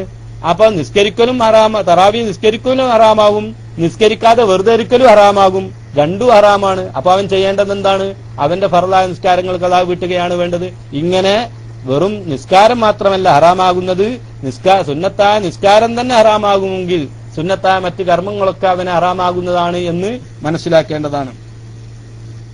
അതാണ് ബഹുമാനപ്പെട്ടത് എന്ത് മഖ്ദൂം റളിയല്ലാഹു അൻഹു പറയുന്നത്, ഖാല ശൈഖുനാ അഹ്മദ് ബിൻ ഹജറിൻ റഹിമഹുല്ലാഹു തആല വല്ലദീ ലഹറ അന്നഹു യൽസമുഹു സർഫു ജമീഇ ദമനിഹി ലിൽ ഖലാഇ. അവന്റെ മുഴുവൻ സമയവും ഫർളായ നിസ്കാരം ഖലാ വീട്ടാൻ വേണ്ടി വിനിയോഗിക്കണം. മാ അദാ മാ യഹ്താജു, അവന് അത്യാവശ്യമായ കാര്യങ്ങൾക്കൊഴികെ, ഫീമാ ലാ ബുദ്ദ ലഹു മിൻഹു, അവന് അത്യാവശ്യമായി ചെലവഴിക്കേണ്ടുന്ന കാര്യങ്ങൾക്കൊഴികെ. അതേതുപോലെ അവന് ഉറങ്ങണം, അത്യാവശ്യമായ ഉറക്ക്, ചെലവെടുക്കൽ നിർബന്ധമായവരുടെ ചെലവെടുക്കാൻ വേണ്ടിയുള്ള ജോലി, മലമൂത്ര വിസർജനത്തിന് വേണ്ടിയുള്ള സമയം, ഇത്തരം കാര്യങ്ങൾ ഒഴിച്ച് ബാക്കിയുള്ളതൊക്കെ ഖലാ വീട്ടാൻ വേണ്ടി വിനിയോഗിക്കണം. വഅന്നഹു യഹ്റുമു അലൈഹി തതവ്വു, ഫർള് കിഫയും സുന്നത്തുമായ മറ്റു കാര്യങ്ങളിൽ ഏർപ്പെടുന്നതും ഹറാമാണ്. ഇനി കാരണത്തോട് കൂടെയാണ് ഖലാ ആയത് എങ്കിൽ വയുബാദിറു ബിഹി നദ്ബൻ, അവൻ ഖലാ വീട്ടൽ നിർബന്ധമാണ്, പക്ഷെ അത് ഉളരിപ്പിക്കല് സുന്നത്താണ്, എത്രയും പെട്ടെന്നാക്കല് സുന്നത്താണ്. ഇൻഫാത്ത ബി ഉദ്രിൻ, ഏതുപോലെയൊക്കെ നൗമിൻ ലം യതഅദ്ദ ബിഹി, കുറ്റകരമല്ലാത്ത ഉറക്ക് കൊണ്ട് നിസ്കാരം ഖലാ ആയി. ഒരാള് അനിവാര്യമായ ഉറക്കിന്റെ സമയമായി അങ്ങനെ ഉറങ്ങി നിസ്കാരത്തിൽ നിന്ന് ആ ഉറക്ക് കൊണ്ട് എണീക്കാൻ കഴിഞ്ഞില്ല, അങ്ങനെ ഖലാ ആയിപ്പോയി. അവിടെ കുറ്റകരമല്ലാത്ത ഉറക്ക് എന്ന് പ്രത്യേകം പറഞ്ഞത് നിസ്കാരത്തിന്റെ സമയം കടന്നിട്ട് നിസ്കരിക്കാതെ ഒരാൾ ഉറങ്ങിയാലോ, ഒന്ന് സാധാരണ ഉറങ്ങുകയാണെങ്കിൽ ഈ സമയം കഴിയുന്നതിന്റെ മുന്നേ എണീക്കാറുണ്ട്, അല്ലെങ്കിൽ അങ്ങനെ വിളിക്കാൻ ഒരാളെ ഏൽപ്പിച്ചിട്ടുണ്ട്, അങ്ങനെ എണീറ്റ് നിസ്കരിക്കും എന്ന് കണ്ടാൽ ഉറങ്ങാം. അതേ സമയത്ത് അങ്ങനെ ഉറങ്ങിയാൽ അവന്റെ പതിവ് പിന്നെ ഖലാ ആയിട്ട് നിസ്കാരത്തിന്റെ സമയം കഴിഞ്ഞിട്ടേ ഉണരാറുള്ളൂ. എങ്കിൽ സമയം കടന്നാൽ പിന്നെ നിസ്കരിക്കാതെ ഉറങ്ങാൻ പാടില്ല. അങ്ങനെ കരുതി കൂട്ടി അങ്ങ് ഉറങ്ങിയാൽ കുറ്റകരമായ ഉറക്കാണ്. അങ്ങനെ ഉറങ്ങിക്കൊണ്ട് നിസ്കാരം ഖലാ ആയാൽ അത് കാരണം കൂടാതെയുള്ള ഖലാ ആയി, അത് പെട്ടെന്ന് ഖലാ വീട്ടണം, കുറ്റകരവുമാണ്. അതേസമയത്ത് സാധാരണ അങ്ങനെ അവൻ ഉറങ്ങിയാൽ എണീക്കാറുണ്ട്, എണീറ്റ് നിസ്കാരത്തിന് സമയമുണ്ടാവാറുണ്ട് എന്ന നിലക്കാകുമ്പോൾ കുറ്റകരമല്ലാത്ത ഉറക്കാണ്. അപ്പൊ അത് കാരണത്തോട് കൂടെയുള്ള ഖലാ ആണ്, അത് ഉളരിപ്പിക്കൽ സുന്നത്താണ്.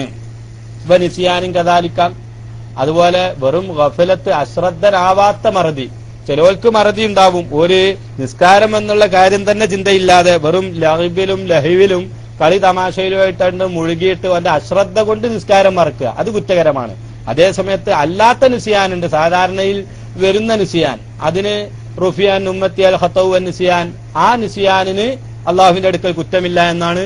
അത് കാരണത്തോടുകൂടെയുള്ള ഖലാ ആയിട്ടാണ് കൂട്ടുന്നത്. അത് ഉളരിപ്പിക്കൽ സുന്നത്താണ്. ഇങ്ങനെ രണ്ട് ഉദാഹരണങ്ങൾ ബഹുമാനപ്പെട്ട ദൈനുദ്ദീൻ മഖ്ദൂം റളിയല്ലാഹു അൻഹു ഈ വിഷയമായിട്ട് പറഞ്ഞത്. പിന്നെ അവിടെ ശ്രദ്ധിക്കേണ്ട മറ്റൊരു വിഷയം, കാരണത്തോട് കൂടെ ഖലാ ആയതാണെങ്കിൽ ഉളരിപ്പിക്കൽ സുന്നത്ത്, കാരണം കൂടാതെ ഖലാ ആയതാണെങ്കിൽ അത് ഉളരിപ്പിക്കൽ നിർബന്ധം. അത് എത്രയും പെട്ടെന്ന് വീട്ടൽ നിർബന്ധം. പക്ഷെ അങ്ങനെ ഖലാ വീട്ടുമ്പോ 4 or 5 നിസ്കാരം ഒന്നിച്ച് ഖലാ ആയിട്ടുണ്ടെങ്കിൽ അതില് തർത്തീബ് പാലിക്കല് സുന്നത്താണ്. കാരണത്തോട് കൂടെയാണ് ഖലാ ആയത് എങ്കിൽ നമ്മുടെ കാരണം കൂടാതെ ഖലാ ആയതായാലും തർത്തീബ് പാലിക്കണം. സുബഹി ആദ്യം നിസ്കരിക്കുക, സുബഹിയും ളുഹറും അസറും ഖലാ ആയിട്ടുണ്ടെങ്കിൽ ആദ്യം സുബഹി, പിന്നെ ളുഹർ, പിന്നെ അസർ, ഇങ്ങനെയുള്ള തർത്തീബ് പാലിക്കല് സുന്നത്തുണ്ട്. അതുപോലെ സമയം ഹാജരായ നിസ്കാരത്തിനേക്കാൾ ഖലാ ആയ നിസ്കാരത്തെ മുന്തിക്കലും സുന്നത്തുണ്ട്. കാരണത്തോടു കൂടെ ഖലാ ആയതാണെങ്കിൽ, കാരണത്തോടുകൂടെ ഖലാ ആയ നിസ്കാരമാണെങ്കിൽ, ഹാജറുള്ള നിസ്കാരം, ഉദാഹരണത്തിന് ഇപ്പോ അസർ നിസ്കാരം ഖലാ ആയി, കാരണത്തോടു കൂടെ ഖലാ ആയതാണ്, അനിവാര്യമായ കാരണം കൊണ്ട് ഖലാ ആയതാണ്. എന്നാൽ അത് ഉളരിപ്പിക്കൽ സുന്നത്തേ ഉള്ളൂ. അതുകൊണ്ട് തന്നെ മഗ്രിബ് നിസ്കാരത്തിന്റെ സമയമായാൽ മഗ്രിബിന്റെ മുന്നേ ആ നിസ്കാരം ഖലാ ആയത് നിസ്കരിക്കുക, എന്നിട്ട് മഗ്രിബ് നിസ്കരിക്കുക. പക്ഷെ ഒരു നിബന്ധനയുണ്ട്, ഈ ഖലാ ആയ നിസ്കാരം നിർവഹിക്കുമ്പോഴേക്ക് ഹാജറായ നിസ്കാരം അതിന്റെ സമയത്തെ തൊട്ട് പിന്താൻ പാടില്ല, അതിന്റെ സമയം ഖലാ ആവാൻ പാടില്ല. അങ്ങനെ ഖലാ എന്ന് കണ്ടാൽ ആദ്യം ഹാജറുള്ള നിസ്കാരം തന്നെ നിസ്കരിക്കുക, പിന്നെ ഖലാ ഉള്ളത്. അതേസമയത്ത് ഖലാ വീട്ടിയാലും സമയമുണ്ടാകും, ഹാജറുള്ളത് സമയത്ത് തന്നെ നിസ്കരിക്കാൻ കഴിയുമെന്ന് കണ്ടാൽ കാരണത്തോടുകൂടെ ഖലാ ആയ നിസ്കാരം ഹാജറുള്ള നിസ്കാരത്തിനേക്കാൾ മുമ്പ് നിസ്കരിക്കേണ്ടതാകുന്നു. പക്ഷേ അവിടെ വേറൊരു കാര്യമുണ്ട്, കാരണമില്ലാതെ ഖലാ ആയതാണെങ്കിലോ ഹാജറുള്ള നിസ്കാരത്തിനേക്കാൾ ആ ഖലാ ആയ നിസ്കാരം മുന്തിപ്പിക്കൽ നിർബന്ധമാണ്. മറ്റേ നിബന്ധന അവിടെയുമുണ്ട്, അത് നിസ്കരിക്കുമ്പോഴേക്ക് ഹാജറുള്ള നിസ്കാരത്തിന്റെ സമയം കഴിയാൻ പാടില്ല. കഴിയുകയാണെങ്കിൽ ആദ്യം ഹാജറുള്ളത് തന്നെ നിസ്കരിക്കണം. അതേസമയത്ത് കഴിയുകയില്ലെങ്കിൽ ആദ്യം ഖലാ ആയ നിസ്കാരം മുന്തിക്കല്, കാരണത്തോട് കൂടെ ഖലാ ആയതിനെ മുന്തിക്കൽ സുന്നത്തും കാരണം കൂടാതെ ഖലാ ആയതിനെ മുന്തിക്കൽ നിർബന്ധവുമാണ്.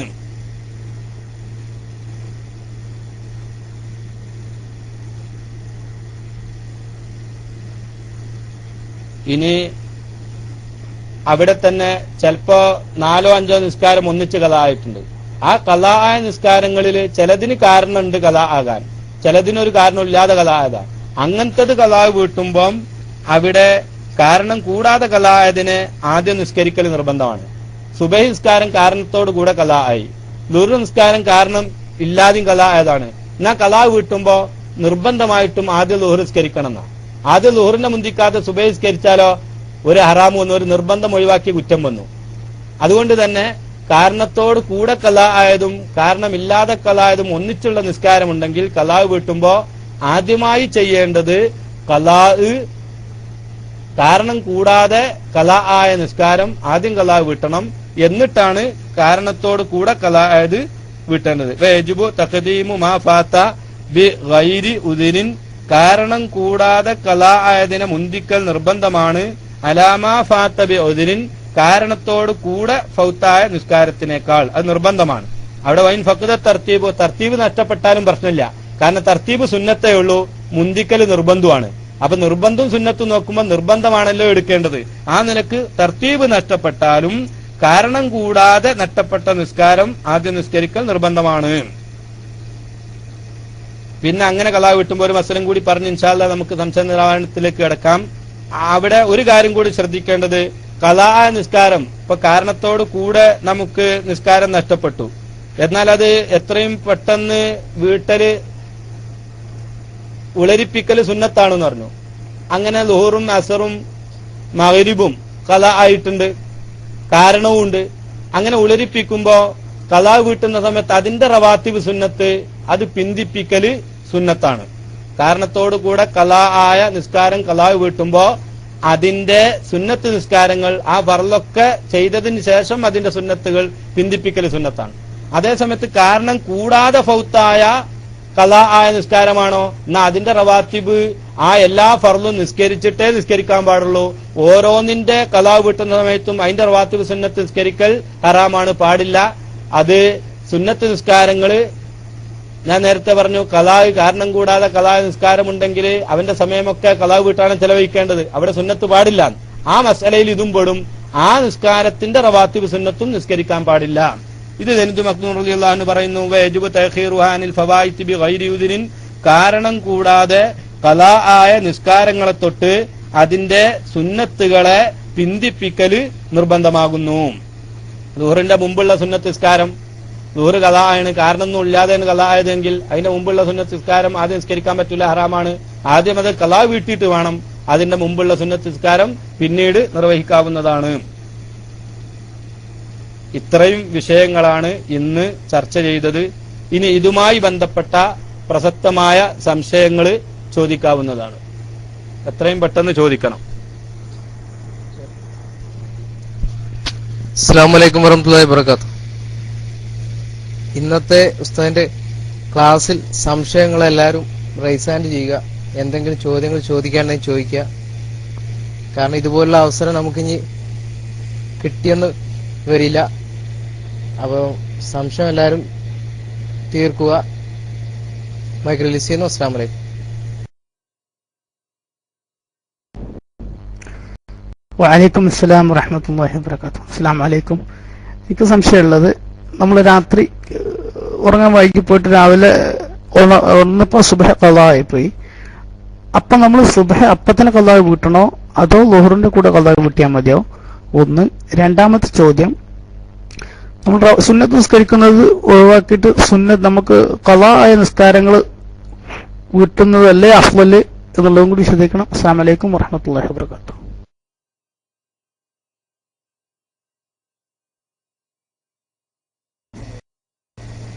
വഅലൈക്കും അസ്സലാം വറഹ്മത്തുള്ളാഹി. രണ്ട് ചോദ്യം. ഒന്ന്,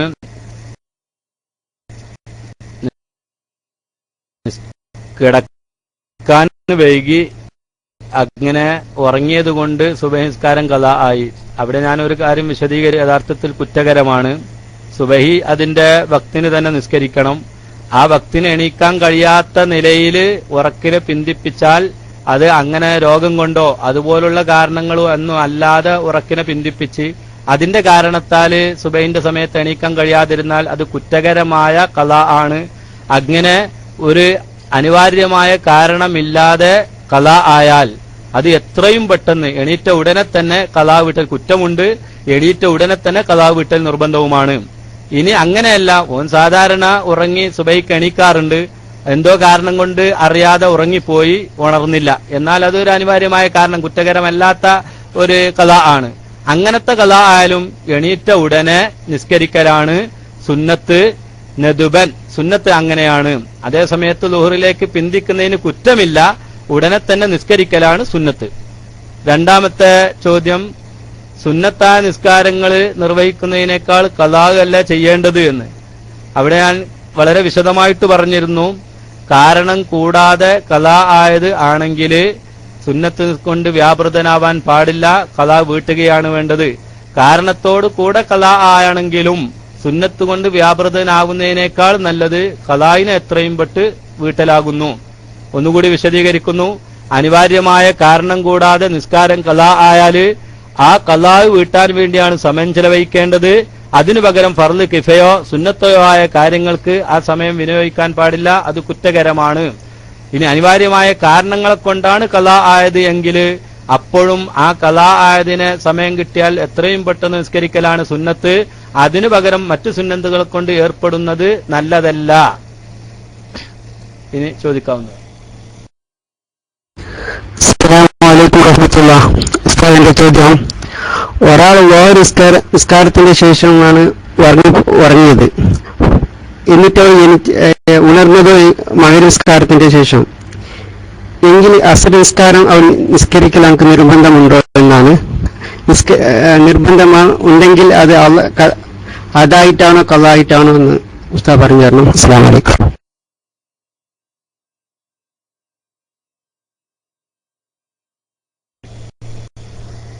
ഒരാള് ദുഹാ നിസ്കരിച്ച് അങ്ങനെ ഉറങ്ങിയിട്ട് പിന്നെ മഗ്‌രിബിക്കാണ് നല്ല കുംഭകർണന്റെ ഉറക്കാണ് എന്നാ തോന്നുന്നത്.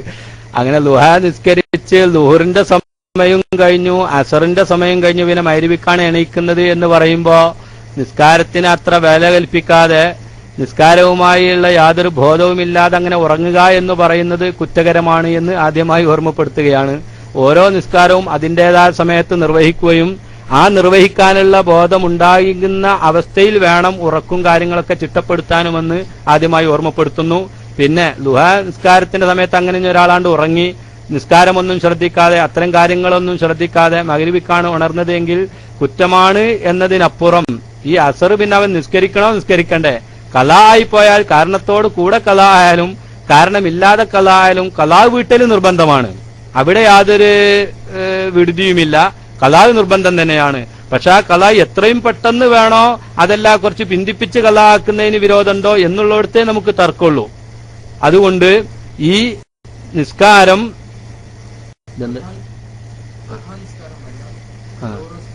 ളുഹർ നിസ്കാരം ചോദ്യത്തിൽ ളുഹർ നിസ്കാരം നിസ്കരിച്ചുറങ്ങിയതാണ്, എന്നിട്ട് മഗ്‌രിബിക്കാണ് ഉണരുന്നത്, അതിന്റെ ഇടയിൽ ഒരു അസർ ഉണ്ടല്ലോ. അപ്പൊ പിന്നെ ളുഹർ നിസ്കാരം നിസ്കരിച്ച് ഉറങ്ങുമ്പോ മഗ്‌രിബിന്റെ മുന്നായി അസറിന്റെ സമയത്ത് എണീക്കാനുള്ള പദ്ധതികൾ അവൻ ആവിഷ്കരിക്കണം. അതിനനുസരിച്ചാണ് ഉറങ്ങേണ്ടത്. അത് ശ്രദ്ധിക്കാതെ ഉറങ്ങല് പാടില്ല. ഇനി അഥവാ അങ്ങനെ ഉറങ്ങിപ്പോയാലോ അസർ അവൻ ഖളാ വീട്ടൽ നിർബന്ധമാണ്. അത് ഖളാ ഒരിക്കലും നിസ്കാരം ഒരിക്കലും അവനിൽ നിന്ന് ഒഴിവായി പോകുന്നില്ല. കാരണത്തോട് കൂടെ ഖളാ ആയാലും അതുപോലെ അനിവാര്യമായ കാരണങ്ങളെ കൊണ്ട് ഖളാ ആയാലും കാരണമില്ലാതെ ഖളാ ആയാലും ഖളാ വീട്ടൽ നിർബന്ധമാണ്. അപ്പൊ അസർ നിസ്കാരം അവൻ മഗ്‌രിബിന്റെ ഉടനെ തന്നെ ഖളാ വീട്ടൽ നിർബന്ധമാകുന്നതാണ് എന്ന് പറയേണ്ടതില്ലല്ലോ.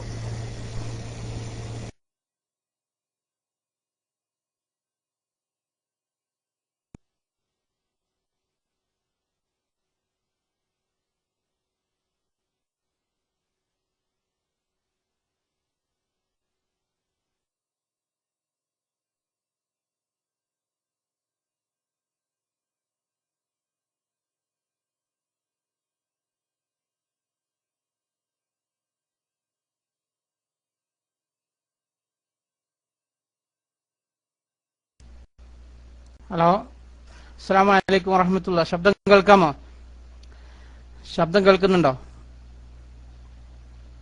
ഇൻഷാ അല്ലാഹ് ഉസ്താദിന്റെ കയ്യിൽ നിന്ന് മൈക്ക് പോയിട്ടുണ്ട്. ഒരുപാട് ആളുകൾ റൈസ് ഹാൻഡ് ചെയ്തിട്ടുണ്ടായിരുന്നു. ഇൻഷാ അല്ലാഹ് അവർക്ക് വേണ്ടി മൈക്ക് വിളിച്ചിരുന്നു. ഉസ്താദിന്റെ മൈക്ക് പോയിട്ടുണ്ട്. അബുസീൻ, അസ്സലാമു അലൈക്കും വറഹ്മത്തുള്ളാഹി.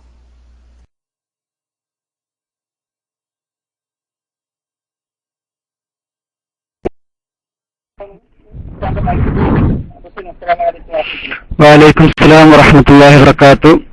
അസ്സലാമു അലൈക്കും വറഹ്മത്തുള്ള. ഉസ്താദിന്റെ മൈക്ക് പോയതല്ല, കണ്ണമംഗലം എന്ന ഐഡിയയിൽ നിന്നുള്ള സുഹൃത്ത് മൈക്ക് എടുത്തിട്ട് ശബ്ദം ഉണ്ടായിരുന്നില്ല, സ്റ്റീരിയോ മിക്സ് ആയിരുന്നു. ഏതായാലും ഒരു ചോദ്യം എനിക്ക് ചോദിക്കാനുണ്ട്. ഉസ്താദ് ഇപ്പൊ പറഞ്ഞ വിഷയമായിട്ടല്ലെങ്കിലും കൂടിയിട്ട് നിസ്കാരത്തിന്റെ വിഷയം തന്നെയാണ്. ഇന്നലെ ഇവിടെ ജുമാ നിസ്കാരത്തിന് പോയപ്പോ ഇവിടുത്തെ ഇമാമ്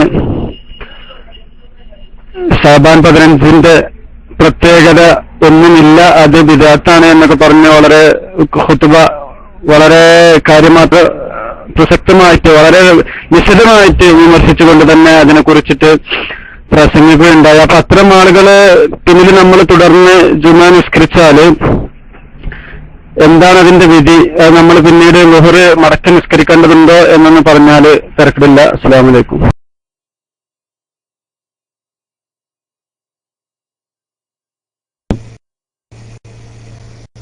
ശഅബാൻ 15 സംബന്ധിച്ച് വളരെ വിശദമായിട്ട് നമ്മൾ 2-3 ദിവസം മുന്നേ പറഞ്ഞിരുന്നു.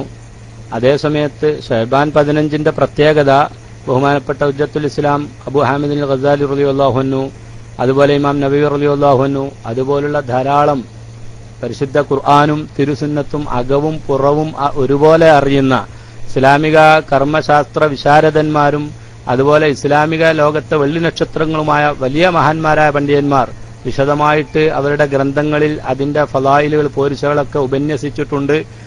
അതേസമയത്ത് അതൊന്നും ശ്രദ്ധിക്കാതെ പല ബിദ്അത്തുകാരായ ആളുകൾ അവരുടേതായ ശൈലിയിൽ അത്തരം കാര്യങ്ങളൊക്കെ ബിദ്അത്ത് എന്ന് പറയാറുണ്ട്.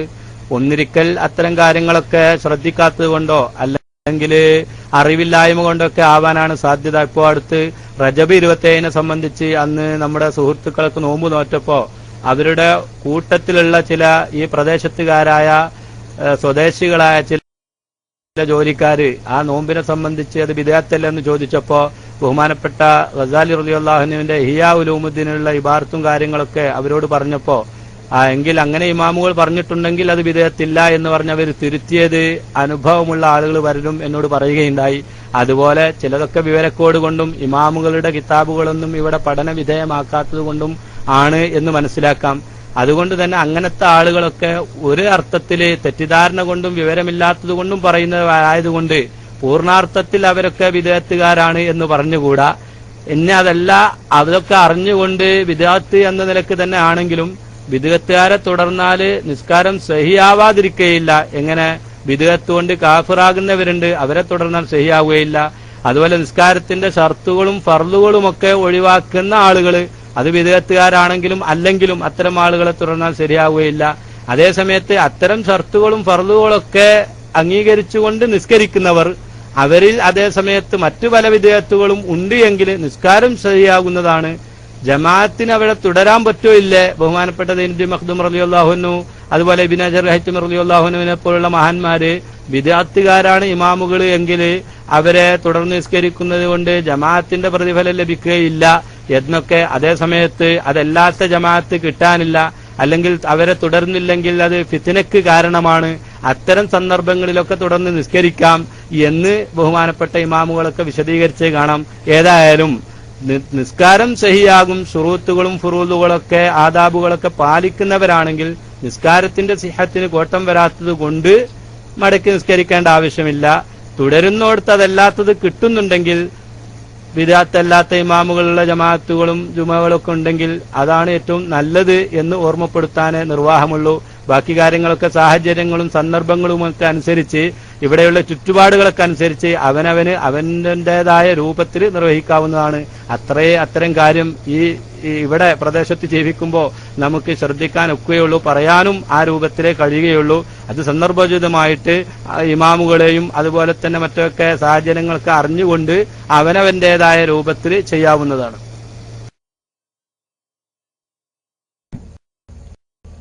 ഹലോ, അസ്സലാമു അലൈക്കും. കേൾക്കുന്നുണ്ടാവും വിചാരിക്കണേ. നമ്മളെ ഉസ്താദിന് അല്ലാഹു റാഹത്തും ബർക്കത്തും ഏറ്റിക്കൊടുക്കട്ടെ. പിന്നെ എനിക്ക് ചോദിക്കാനുള്ളത്, ചെറുപ്പകാലത്ത് അതായത് പ്രായപൂർത്തിയായതിനു ശേഷം തന്നെ പിന്നെ നമ്മൾ വാപ്പാർക്ക് വേണ്ടി നിസ്കരിക്കുന്ന ഒരു നിസ്കാരം പോലെ നിസ്കരിച്ച് അതിനെപ്പറ്റി ഒരു കൃത്യമായൊരു മനസ്സാന്നിധ്യമോ അല്ലെങ്കിൽ അങ്ങനെ ഒന്നും ഇല്ലാതെ ചില നിസ്കാരങ്ങൾ ഒഴിവാക്കിയും ചിലത് നിസ്കരിച്ചു ഒക്കെയുള്ള ഒരു കുറഞ്ഞ കാലം നമ്മൾ കഴിഞ്ഞു പോയത്. പിന്നെ SSFിലൊക്കെ പ്രവർത്തനത്തേക്ക് വരുമ്പോഴാണ് നമുക്ക് ഇതിന്റെയൊക്കെ ബോധം പൂർണ്ണമായി വരും. അപ്പൊ ആ കാലഘട്ടത്തിലുള്ള നിസ്കാരം ഇനി നമ്മൾ തിരിച്ച് റിക്കവർ ചെയ്യണോ അതോ എങ്ങനെയാണത് ചെയ്യുക എന്ന് ഒന്ന് ഉസ്താദ് ഒന്ന് വിശദീകരിച്ചെന്നാൽ വളരെ നന്നായിരുന്നു. അസ്സലാമു അലൈക്കും.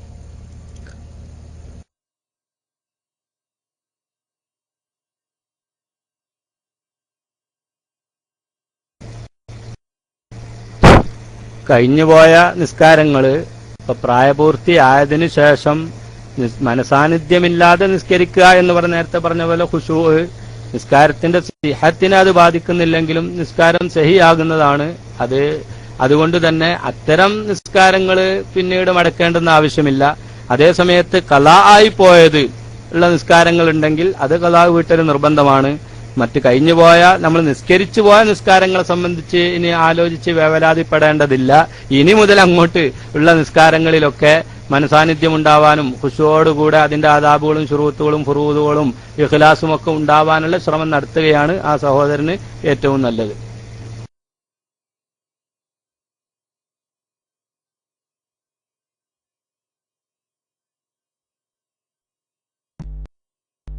അസ്സലാമു അലൈക്കും. ഇവിടെ ഒരു ജമാഅത്ത് നടക്കുമ്പോൾ ഒരു നാസിലത്തിന്റെ കുനൂത്ത് 4 റക്അത്തുള്ള നിസ്കാരമായിരുന്നു. ആ 4 റക്അത്തുള്ള നിസ്കാരത്തിൽ നാസിലത്തിന്റെ കുനൂത്ത് ഓതിയത് 3-ാമത്തെ റക്അത്തിലാണ്. അങ്ങനെ നിസ്കാരം 4 റക്അത്ത് പൂർത്തിയാക്കി സലാം വീട്ടിയതിനു ശേഷം ആ ഇമാമിനോട് ചോദിച്ച്, നിങ്ങളെന്താണ് 3-ാമത്തെ റക്അത്തിൽ നാസിലത്തിന്റെ കുനൂത്ത് ഓതിയത്, 4-ാമത്തേലല്ലേ ഓതേണ്ടത് എന്ന് ചോദിച്ചപ്പോൾ അങ്ങനെയുള്ളൊന്നും കുഴപ്പമില്ല എന്നാണ് അദ്ദേഹം പറഞ്ഞത്. അദ്ദേഹം അത് മറന്നു ചെയ്തതാണെങ്കിൽ എന്താണ് അതിന്റെ വിധി, അല്ലെ മനഃപൂർവ്വം ചെയ്തതാണെങ്കിൽ അതിന്റെ വിധി എന്താണ് എന്ന് അറിഞ്ഞാൽ കുഴപ്പമില്ല.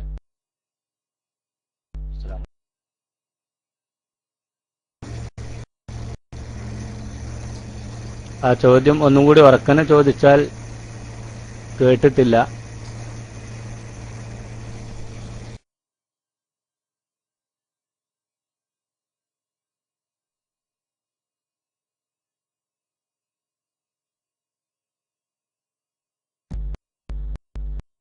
ഹലോ, അസ്സലാമു അലൈക്കും.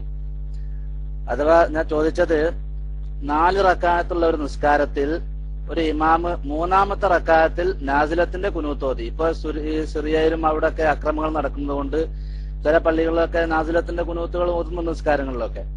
അപ്പൊ അതുകൊണ്ട് ഈ ഇമാമ് ചെയ്തത് 3-ാമത്തെ റക്അത്തിലാണ് നാസിലത്തിന്റെ കുനൂത്ത് ഓതിയത്. ഈ 3-ാമത്തെ റക്അത്തിൽ ഓതിയതിനെ കുറിച്ച് അദ്ദേഹത്തോട് ചോദിച്ചപ്പോ, 4 റക്അത്ത് നിസ്കാരം കഴിഞ്ഞ് പൂർത്തിയാക്കി സലാം വീട്ടി ശേഷം അതിനോട് അദ്ദേഹത്തോട് ചോദിച്ചു, നിങ്ങൾ എന്താണ് 3-ാമത്തേൽ ഓതിയത്? മുമ്പിൻ അത് മറന്നിട്ടായിരിക്കും എന്ന് വിചാരിച്ചിട്ടാണ് ഞാൻ ചോദിക്കാൻ കാരണം. അപ്പൊ അദ്ദേഹം പറഞ്ഞത് അങ്ങനെ ചെയ്താലൊന്നും കുഴപ്പമില്ല എന്നാണ് പറഞ്ഞത്. അപ്പൊ അത് അദ്ദേഹം മനഃപൂർവ്വം ചെയ്തതാണെങ്കിൽ ആ നിസ്കാരത്തിന്റെ വിധി എന്താണ്? അല്ല മറന്നു വന്നതാണെങ്കിൽ ആ നിസ്കാരത്തിന്റെ വിധി എന്താണ് എന്ന് അറിഞ്ഞാൽ കുഴപ്പമില്ല. അസ്സലാമു അലൈക്കും.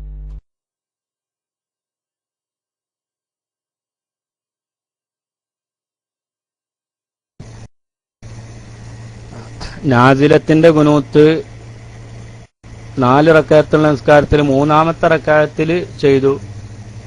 3-ാമത്തെ റക്അത്തിൽ നാസിലത്തിന്റെ കുനൂത്ത് ഓതുക എന്നുള്ളത് ഒരു മദ്ഹബ് പ്രകാരവും ന്യായീകരണമില്ല.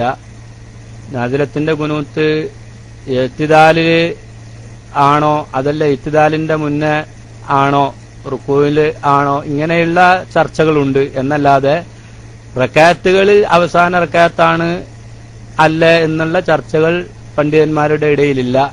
ആ നിലക്ക് തന്നെ 3-ാമത്തെ റക്അത്തിന്റെ ഇഅ്തിദാല് അത് ഖസീർ ചുരുങ്ങിയ ഫർളുമായതുകൊണ്ട് കരുതി കൂട്ടി ആ ഫർളിനെ നീട്ടല് നിസ്കാരം ബാത്തിലാക്കുന്ന കാര്യമാണ്. കരുതി കൂട്ടി അത്തരം കാര്യങ്ങൾ ചെയ്യുമ്പോൾ അത് നിസ്കാരം ബാത്തിലാണ്. മറന്നുകൊണ്ടാണെങ്കിൽ, കരുതി കൂട്ടി ചെയ്താൽ നിസ്കാരം ബാത്തിലാകുന്ന കാര്യം മറന്നു ചെയ്തിക്കുകയാണെങ്കിൽ അതിന് സഹവിന്റെ സുജൂദാണ് പരിഹാരം. അതേ സമയത്ത് അത്തരം കാര്യങ്ങളും മദ്ഹബും അതുപോലെ കാര്യങ്ങളൊന്നും ഇല്ലാതെ അതൊക്കെ ചെയ്യാം എന്ന് തശഹി സ്വന്തം ശരീരം ഇച്ഛിക്കുന്നതിനനുസരിച്ചുള്ള പ്രവർത്തനം ആണ് അദ്ദേഹത്തിന്റെ മറുപടിയിൽ നിന്ന് മനസ്സിലാകുന്നത്. മദ്ഹബുകളോ കാര്യങ്ങളോ അല്ലെങ്കിൽ ഇമാമുകൾ പറഞ്ഞതോ ശ്രദ്ധിക്കാത്ത ആള് എന്ന നിലക്ക് അതിനാണ് യഥാർത്ഥത്തിൽ ബിദ്അത്ത് എന്ന് പറയുന്നത്. അപ്പൊ അത്തരം കാര്യങ്ങളിലൊക്കെ നമ്മുടെ നിസ്കാരം ബാത്തിലാവാതെ നാം ശ്രദ്ധിക്കണം. അങ്ങനെ ധാരാളം ഇപ്പോ ഇവിടെ പല പ്രദേശങ്ങളിലും പല സ്ഥലങ്ങളിലുമൊക്കെ സ്വന്തമായി അങ്ങനെ ഇജ്തിഹാദ് ഗവേഷണം നടത്തിക്കൊണ്ട് കാര്യങ്ങൾ മുന്നോട്ട് പോകുന്ന പതിവ് കാണുന്നുണ്ട്. ആ നിലക്ക് തന്നെ പ്രവാസികളായ നാം നമ്മുടെ നിസ്കാരങ്ങൾ നമ്മുടെ പ്രദേശത്ത് ഒരു സ്ഥലത്ത് നമ്മൾ ജോലി എടുക്കുമ്പോൾ ആ പ്രദേശത്തെ പള്ളിയിലേക്ക് നിസ്കരിക്കാൻ പോകുന്നതിന്റെ മുന്നേ നമ്മൾ സ്ഥിരമായിട്ട് നിൽക്കുന്ന സ്ഥലത്താ പറഞ്ഞത്. ഓരോ സ്ഥലത്ത് ഇങ്ങനെ യാത്ര ചെയ്യുമ്പോൾ പോകുമ്പോൾ പള്ളി കയറുമ്പോൾ ആ ഇമാമാരാണ് എന്താണെന്ന് അന്വേഷിക്കാൻ നമുക്ക് സമയം കിട്ടില്ല. അതേ സമയത്ത് നമ്മൾ ജോലി ചെയ്തുകൊണ്ട് സ്ഥിരമായിട്ട് താമസിക്കുന്ന ഒരു സ്ഥലമാകുമ്പോൾ നമുക്ക് പെട്ടെന്ന് ചെല്ലാൻ പറ്റുന്ന പള്ളിയിൽ സ്ഥിരമായിട്ട് നമ്മൾ പോകുന്ന പള്ളിയിൽ ആ ഇമാമുമായി ബന്ധപ്പെട്ട അല്ലെങ്കിൽ ആ ഇമാമിന്റെ കാര്യങ്ങളൊക്കെ അന്വേഷിച്ച് തുടരുന്നതായിരിക്കും സ്ഥിരമായിട്ട് തുടരുന്ന സ്ഥലമാണെങ്കിൽ നല്ലത്. അല്ലാതെ നമ്മൾ യാത്രയിലോ മറ്റോ എവിടെയെങ്കിലൊക്കെ കയറി നിസ്കരിക്കുമ്പോൾ ആ നിസ്കരിക്കുന്ന ആളെ സംബന്ധിച്ച് നല്ലത് വിചാരിച്ച് തുടരുക എന്നേ നിർവാഹമുള്ളൂ. ബഹുമാനപ്പെട്ട സൈനുദ്ദീൻ മഖ്ദൂം റളിയല്ലാഹുവിനെ പോലുള്ള ഇബ്നു അജൽ ഹൈതമി റളിയല്ലാഹുവിനെ പോലുള്ള കർമ്മശാസ്ത്ര പണ്ഡിതന്മാര് ഇമാമുകളെ സംബന്ധിച്ച് മറ്റൊരു മദ്ഹബിന്റെ ഇമാമാണ്. ആ ഇമാമിനെ വേറൊരു മദ്ഹബിലുള്ള ആള് തുടരുമ്പോ ഇവന്റെ മദ്ഹബിൽ ഇല്ലാത്ത അല്ലെങ്കിൽ ഉള്ള ചില നിബന്ധനകൾ ആ ഇമാമിന്റെ മദ്ഹബിൽ ഇല്ലെങ്കിൽ ആ ഇമാം അത് നിർവഹിക്കോ ഇല്ലേ എന്ന് ആശങ്കപ്പെടുന്നതിന് പകരം സാധാരണ ഹുസ്നുൽ ദന്ന് അത്തരം കാര്യങ്ങളൊക്കെ കീപ്പ് ചെയ്ത് പിന്നിൽ തുടർന്ന മഅ്മൂമിങ്ങളുടെ മദ്ഹബും കാര്യങ്ങളൊക്കെ കീപ്പ് ചെയ്തിട്ടാകും ഈ ഇമാം നിസ്കരിക്കുക എന്ന് നല്ല ഭാവന ഭാവിച്ചുകൊണ്ട് അവരെ തുടരാം. അതേ സമയത്ത് അതിന് ഉദാഹരണം തന്നെ ബഹുമാനപ്പെട്ട സൈനുദ്ദീൻ മഖ്ദൂം റളിയല്ലാഹു അൻഹു പറയുന്നത് ബിസ്മി ഫാത്തിഹയിൽ പെട്ടതാണോ അല്ലേ മദ്ഹബിന്റെ ഇമാമുകളുടെ ഇടയിൽ തർക്കമുണ്ട്. ബഹുമാനപ്പെട്ട ഇമാം ഷാഫി റളിയല്ലാഹു അൻഹു പറയുന്നത് ഫാത്തിഹയിൽ പെട്ടതാണ്. ആ അർത്ഥത്തിൽ ബിസ്മി ഓതാതെ ഫാത്തിഹ ഓതിയാൽ അത് പൂർണ്ണമാവുകയില്ല, നിസ്കാരം ശരിയാവുകയില്ല. അതേസമയത്ത് ഇമാം അബൂ ഹനീഫ റളിയല്ലാഹു അൻഹുവിന്റെ മദ്ഹബില് ബിസ്മി ഫാത്തിഹയിൽ പെട്ടതല്ല, മാത്രമല്ല ഫാത്തിഹ തന്നെ ഓതിയിട്ടില്ലെങ്കിലും ഖുർആൻ ഓതിയാൽ മതി, നിസ്കാരം ശരിയാകുന്നതാണ്. പക്ഷെ എങ്കിലും ആ മദ്ഹബിൽ ആ ബിസ്മി ഓതൽ സുന്നത്താണ് എന്ന അടിസ്ഥാനത്തില് പിന്നിൽ മറ്റു മദ്ഹബിന്റെ ആളുകളും ഉണ്ടെങ്കിൽ വിവരമുള്ള ആ കാലഘട്ടത്തിലുള്ള ആളുകളൊക്കെ ഈ പിന്നിലുള്ളവരെ കൂടി പരിഗണിച്ച് നിർബന്ധമായിട്ടും അവർ ബിസ്മി ഓതും. അപ്പൊ അങ്ങനെ അവർ നമ്മളെയും പരിഗണിച്ച് ബിസ്മി ഓതും എന്ന നല്ല ഭാവന വെച്ചുകൊണ്ട് തുടരുന്നതിന് വിരോധമില്ല എന്ന് ബഹുമാനപ്പെട്ട ഇബ്നു ഹജർ അൽ ഹൈതമി റളിയല്ലാഹു അൻഹു ഒക്കെ പറഞ്ഞു കാണാം. അതേസമയത്ത് അയാൾ പറയാം ഞാൻ ബിസ്മി ഓതൂല എന്ന് വ്യക്തമായി പറഞ്ഞിട്ടുണ്ടെങ്കിൽ അവിടെ തുടരാൻ പറ്റുകയും ഇല്ല. ഈ മസ്അലയിൽ നിന്ന് പാഠം ഉൾക്കൊണ്ടുകൊണ്ട് നാം ഇവിടെ ഒരു പ്രദേശത്ത് താമസിക്കുമ്പോൾ സാധാരണയിൽ കാര്യങ്ങളൊക്കെ ഭംഗിയായിട്ട് അദ്ദേഹം ചെയ്യും, അറിവുള്ള ആളാണ് എന്ന് വിചാരിച്ച് അയാളെ സംബന്ധിച്ച് നല്ല ഭാവന ഭാവിച്ചുകൊണ്ട് തുടരുന്നതിന് വിരോധമില്ല. അതേസമയത്ത് അയാളിൽ നിന്ന് നമ്മൾ ചോദിച്ചപ്പോഴോ അല്ലെങ്കിൽ അല്ലാതെയോ നമുക്ക് അനുഭവപ്പെട്ടു അയാൾ തീരെ ബിസ്മി ഓതുകയില്ല എന്ന് അയാളിൽ നിന്ന് നമുക്ക് വിവരം ലഭിച്ചു, അല്ലെങ്കിൽ അയാൾ അത്തരം നിസ്കാരം ചെയ്യാവേണ്ടുന്ന മറ്റു കാര്യങ്ങളിൽ അയാൾ വീഴ്ച വരുത്തും എന്ന ഉറപ്പ് നമുക്ക് കിട്ടിയാൽ അവരെ തുടരാനും പറ്റില്ല. ഈ അടിസ്ഥാന മാനദണ്ഡം വെച്ചിട്ട് നാം തുടരുന്ന വിഷയങ്ങളും അതുപോലെ തന്നെ നാം ജുമുഅക്ക് പോകുന്നതും അതുപോലെ ജുമുഅക്ക് പോകുമ്പോ ഖുതുബ ഓതുന്ന സമയത്ത് ഖുതുബയിൽ ഹംദ്, സ്വലാത്ത്, തഖ്വ കൊണ്ടുള്ള വസിയത്ത് ഇത്തരം കാര്യങ്ങളൊക്കെ വേണം. നമ്മൾ പങ്കെടുക്കുമ്പോൾ അങ്ങനെ സ്ഥിരമായിട്ട് ഖതീബ് അത് നിർവഹിക്കുന്നില്ല എങ്കിൽ അത്തരം ഖുതുബ സ്വഹീഹല്ല. അങ്ങനെ സ്വഹീഹല്ലാത്ത ഇബാദത്തിൽ നമ്മൾ പങ്കെടുക്കേണ്ടതില്ല. അപ്പോ അങ്ങനെ ഉള്ള സ്ഥലം അന്വേഷിച്ച് അവിടെ പോയി ജുമുഅക്ക് കൂടുക. അതേസമയത്ത് അത്തരം കാര്യങ്ങളൊക്കെ ആൾ നിർവഹിക്കുന്നുണ്ട്, എന്നാൽ ഞാൻ അയാളിൽ മറ്റു വിദ്യാർത്ഥികൾ എന്തുണ്ടോ ഖുതുബയിൽ അയാൾ വല്ലാതെ മൗലിദിനെ എതിർക്കുന്നുണ്ട്, മറ്റു കാര്യങ്ങളൊക്കെ എതിർക്കുന്നുണ്ട്, അതേസമയത്ത് ഖുതുബയുടെ ഷർത്തും ഫർളും ഒക്കെ പൂർണ്ണമായിട്ട് ബാധിക്കുന്നുണ്ടെങ്കിൽ ഖുതുബ സഹിയാണ്. മറ്റുള്ള വിദ്യാർത്ഥികൾ അയാളെ സംബന്ധിച്ചിടത്തോളം തെറ്റിദ്ധാരണ കൊണ്ടോ അറിവില്ലായ്മ കൊണ്ടോ ആയേക്കാം എന്ന് വിചാരിച്ച് നമുക്ക് അതല്ലാത്ത ജുമാ ഇല്ലെങ്കിൽ ഈ ജുമയിൽ കൂടി ജുമ ലഭിക്കാൻ വേണ്ടി ശ്രമം നടത്തുക. അതേസമയത്ത് ജുമ തന്നെ ബാത്തിലാകുന്ന നിലക്ക് പരസ്യമായി അദ്ദേഹത്തിന്റെ അടുക്കൽ നിന്ന് നമ്മൾ ചോദിച്ചപ്പോഴോ അല്ലാതെയുള്ള അറിവ് മുഖേന നമുക്ക് ലഭിച്ചെങ്കിൽ അവരെ തുടരാൻ പറ്റുകയുമില്ല. ഈ ഒരു അർത്ഥത്തിൽ വേണം മൊത്തത്തിലുള്ള അത്തരം കാര്യങ്ങളൊക്കെ മനസ്സിലാക്കാനെന്ന് ഞാൻ എന്റെ പ്രിയപ്പെട്ട ശ്രോതാക്കളെ ഓർമ്മപ്പെടുത്തുന്നു. ഇനി ഏകദേശം നമ്മുടെ സമയമായിട്ടുണ്ട്. ഒരു ചോദ്യം കൂടി ചോദിച്ച് നമുക്ക് അവസാനിപ്പിക്കാം പെട്ടെന്ന്. കേൾക്കുന്നുണ്ടെങ്കിൽ എസ് അടിക്കണേ. ഹലോ, കേൾക്കുന്നുണ്ടെങ്കിൽ എസ് അടിക്കൂ. ഹലോ,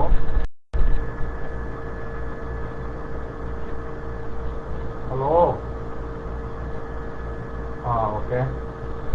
എനിക്ക് അശുദ്ധിയുമായി ബന്ധപ്പെട്ട ഒരു ചെറിയൊരു സംശയമാണ് ചോദിക്കാനുള്ളത്. കേൾക്കുന്നുണ്ടല്ലോ അല്ലേ? കുറവാണെന്ന് പറയുന്നത്. ഞാൻ ഉറക്കെ ചോദിക്കാം. അതായത് രാവിലെ എണീച്ച് നമ്മൾ സാധാരണ മൂത്രമൊക്കെ ഒഴിച്ച് വെളുക്കുന്നുണ്ടെങ്കിൽ എസ് അടിക്കണേ. മൂത്രമൊക്കെ ഒഴിച്ച് പിന്നെ കുറച്ച് കഴിഞ്ഞ് ചൂട് സമയമാണ്, സൗദി അറേബ്യയിൽ തന്നെയാണ് വിളിക്കുന്നത്. ചൂട് സമയം ആയതുകൊണ്ട് കുറച്ച് കഴിഞ്ഞ് നമ്മളൊരു 10-11 മണിയൊക്കെ ആയി ഒന്ന് ബാത്റൂമിൽ വീണ്ടും പോയി മലവിസർജനം നടത്തി അങ്ങനെ നമ്മൾ വീണ്ടും മൂത്രം ഒഴിച്ച്, എനിക്കെന്റെ എന്റെ സ്വന്തം അനുഭവമാണ് പറയുന്നത്. മൂത്രം ഒഴിച്ച് കുറച്ച് കഴിയുമ്പോൾ പിന്നെ ഒരു കട്ടിയുള്ള, ശരിക്കും നമ്മള് ഇന്ദ്രിയം പോലത്തെ ഒരു ദ്രാവകം, കട്ടിയുള്ളൊരു ദ്രാവകം കളർ വ്യത്യാസത്തോട് കൂടി തന്നെ പുറപ്പെടുന്നു. അത് ഏത് കണക്കിലാണ് പരിഗണിക്കുക? നമ്മൾ മൂത്രത്തിന്റെ കണക്കിൽ പരിഗണിക്കണോ അതോ അത് ഇന്ദ്രിയം അങ്ങനെ വരാൻ മനുഷ്യന്റെ സഹജമായ സാഹചര്യം ഉണ്ടോ ഒന്നും എനിക്കറിയില്ല. അത് അങ്ങനെ വന്നാൽ നമ്മൾ കുളിക്കുമ്പോൾ നിയ്യത്ത് ചെയ്യേണ്ടി വരുമോ? എനിക്ക് ഇടയ്ക്കിടയ്ക്ക് സംഭവിക്കുന്ന ഒരു ബുദ്ധിമുട്ടാണത്. അതിന്റെ മസ്തര ഒന്ന് വിശദീകരിച്ച് തരണമെന്ന് അറിയിക്കുന്നു. അസ്സലാമു അലൈക്കും വറഹ്മത്തുള്ളാഹി വബറകാതുഹു.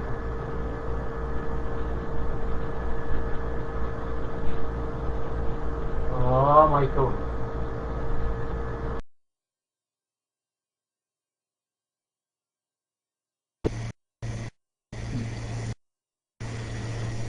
മൂത്രിക്കുന്ന സമയത്ത് മൂത്രത്തിന്റെ മുന്നോടിയായോ അല്ലെങ്കിൽ പിന്നോടിയായിട്ടോ വരുന്ന ദ്രാവകത്തെ സംബന്ധിച്ചാണ് അദ്ദേഹം ചോദിച്ചത് എന്നാണ് ഞാൻ മനസ്സിലാക്കിയത്. ശബ്ദം കുറവായതുകൊണ്ട് കൂടുതൽ കേട്ടിട്ടില്ല. പല ആളുകളും അങ്ങനെ ചോദിക്കാറുണ്ട്. മൂത്രിക്കുന്ന സമയത്ത് വരുന്ന ദ്രാവകം അത് മനിയിൽപ്പെട്ടതാണോ അല്ല വദീ മദീ എന്ന് പറയുന്ന വേറെ 2 കാര്യങ്ങളുണ്ട്. ഈ ഭാരം ചുമങ്ങുന്ന സമയത്ത് അതുപോലെ തന്നെ വികാരമൂർച്ഛിക്കുന്നതിന്റെ മുന്നോടിയായിട്ട് വരുന്ന ദ്രാവകങ്ങൾ, ഇതൊക്കെയാണ് വദീ മദി എന്ന് പറയുന്നത്. ആ 2ഉം നജസാണ്. അത് വന്നാൽ കഴുകൽ നിർബന്ധമാണ്, കുളി നിർബന്ധമില്ല. അതേസമയത്ത് മനിയ് അത് വന്നാൽ കുളിക്കൽ നിർബന്ധമാണ്. ഈ വരുന്ന സാധനം മനിയാണോ അതല്ല മതിയാണോ? മനിയിന് പ്രത്യേകമായ ചില അടയാളങ്ങൾ സാധാരണ പറഞ്ഞിട്ടുണ്ട്. അതിന്റെ വാസന, അതുപോലെ തന്നെ അത് വരുന്ന സമയത്ത് തദഫുക്ക് എന്ന് പറഞ്ഞിട്ട് തട്ടിത്തെറിച്ചിട്ട് വരുന്നത്, അങ്ങനെയുള്ള അടയാളങ്ങളെ കൊണ്ട് അത് മനസ്സിലാക്കാവുന്നതാണ്. മതി എന്നൊക്കെ പറയുന്നത് ഭാരമുള്ളത് ചുമക്കുന്ന ആ സമയത്ത് അല്ലെങ്കിൽ രതി മൂർച്ഛിക്കുന്ന സമയത്ത് ഒക്കെ ഉണ്ടാകുന്നത്. ഇത് വ്യത്യസ്തമായി മനസ്സിലാക്കി സ്ഥിരമായിട്ട് അങ്ങനെ വരുന്ന ആളാണെങ്കിൽ ഡോക്ടറെ കണ്ട് അത്തരം വിഷയങ്ങളുമായി ബന്ധപ്പെട്ട് അതിന്റെ അന്വേഷണങ്ങൾ നടത്താവുന്നതുമാണ്. അപ്പോ മനിയിന് പറഞ്ഞ കാരണങ്ങളാണോ ആ അടയാളങ്ങൾ ഉണ്ടോ ഇല്ലേ എന്ന് ആ സഹോദരൻ തന്നെ നോക്കി വേർതിരിച്ചിട്ട് അങ്ങനെ മനിയാണ് എന്ന് ബോധ്യപ്പെട്ടാൽ കുളിക്കൽ നിർബന്ധമാകും. അതല്ല മതിയിൽപ്പെട്ടതാണെങ്കിൽ കഴുകൽ മാത്രമേ നിർബന്ധമുള്ളൂ, കുളി നിർബന്ധമില്ല. ഇനി നമ്മുടെ സമയം ആയതുകൊണ്ട് അവസാനിപ്പിക്കുകയാണ്. ഇൻഷാ അല്ലാഹ് നാളെ നമുക്ക് ബാക്കി കാര്യങ്ങളൊക്കെ ചർച്ച ചെയ്യാം. പിന്നെ പല ആളുകളും റമദാൻ ഷരീഫുമായി ബന്ധപ്പെട്ട് റമദാൻ എടുത്തതുകൊണ്ട് റമദാന്റെ മസലകളും കാര്യങ്ങളൊക്കെ പറയണമെന്ന് പലരും അപേക്ഷിച്ചിട്ടുണ്ട്. ഇൻഷാ അല്ലാഹ് നാളത്തെ ക്ലാസ്സിൽ റമദാനുമായി ബന്ധപ്പെട്ട അത്തരം മസലകൾ ചർച്ച ചെയ്യുന്നതാണ്. അല്ലാഹു തആല അതുപോലെ പലരും ദുആ ചെയ്യാൻ വേണ്ടി പറഞ്ഞിട്ടുണ്ട്. നമ്മുടെ ക്ലാസ് റൂമുമായി ബന്ധപ്പെട്ട ഒരാളുടെ സഹോദരി ഇന്ന് മരിച്ചതായിട്ട് വിവരം പറഞ്ഞു, അളയമ മരിച്ചത് പറഞ്ഞു. അവർക്കൊക്കെ അല്ലാഹു തആല ഖബറിടത്തെ സന്തോഷത്തിലാക്കി കൊടുക്കുമാറാവട്ടെ. അതിൽ രോഗത്തിന് വേണ്ടി പല ആളുകളും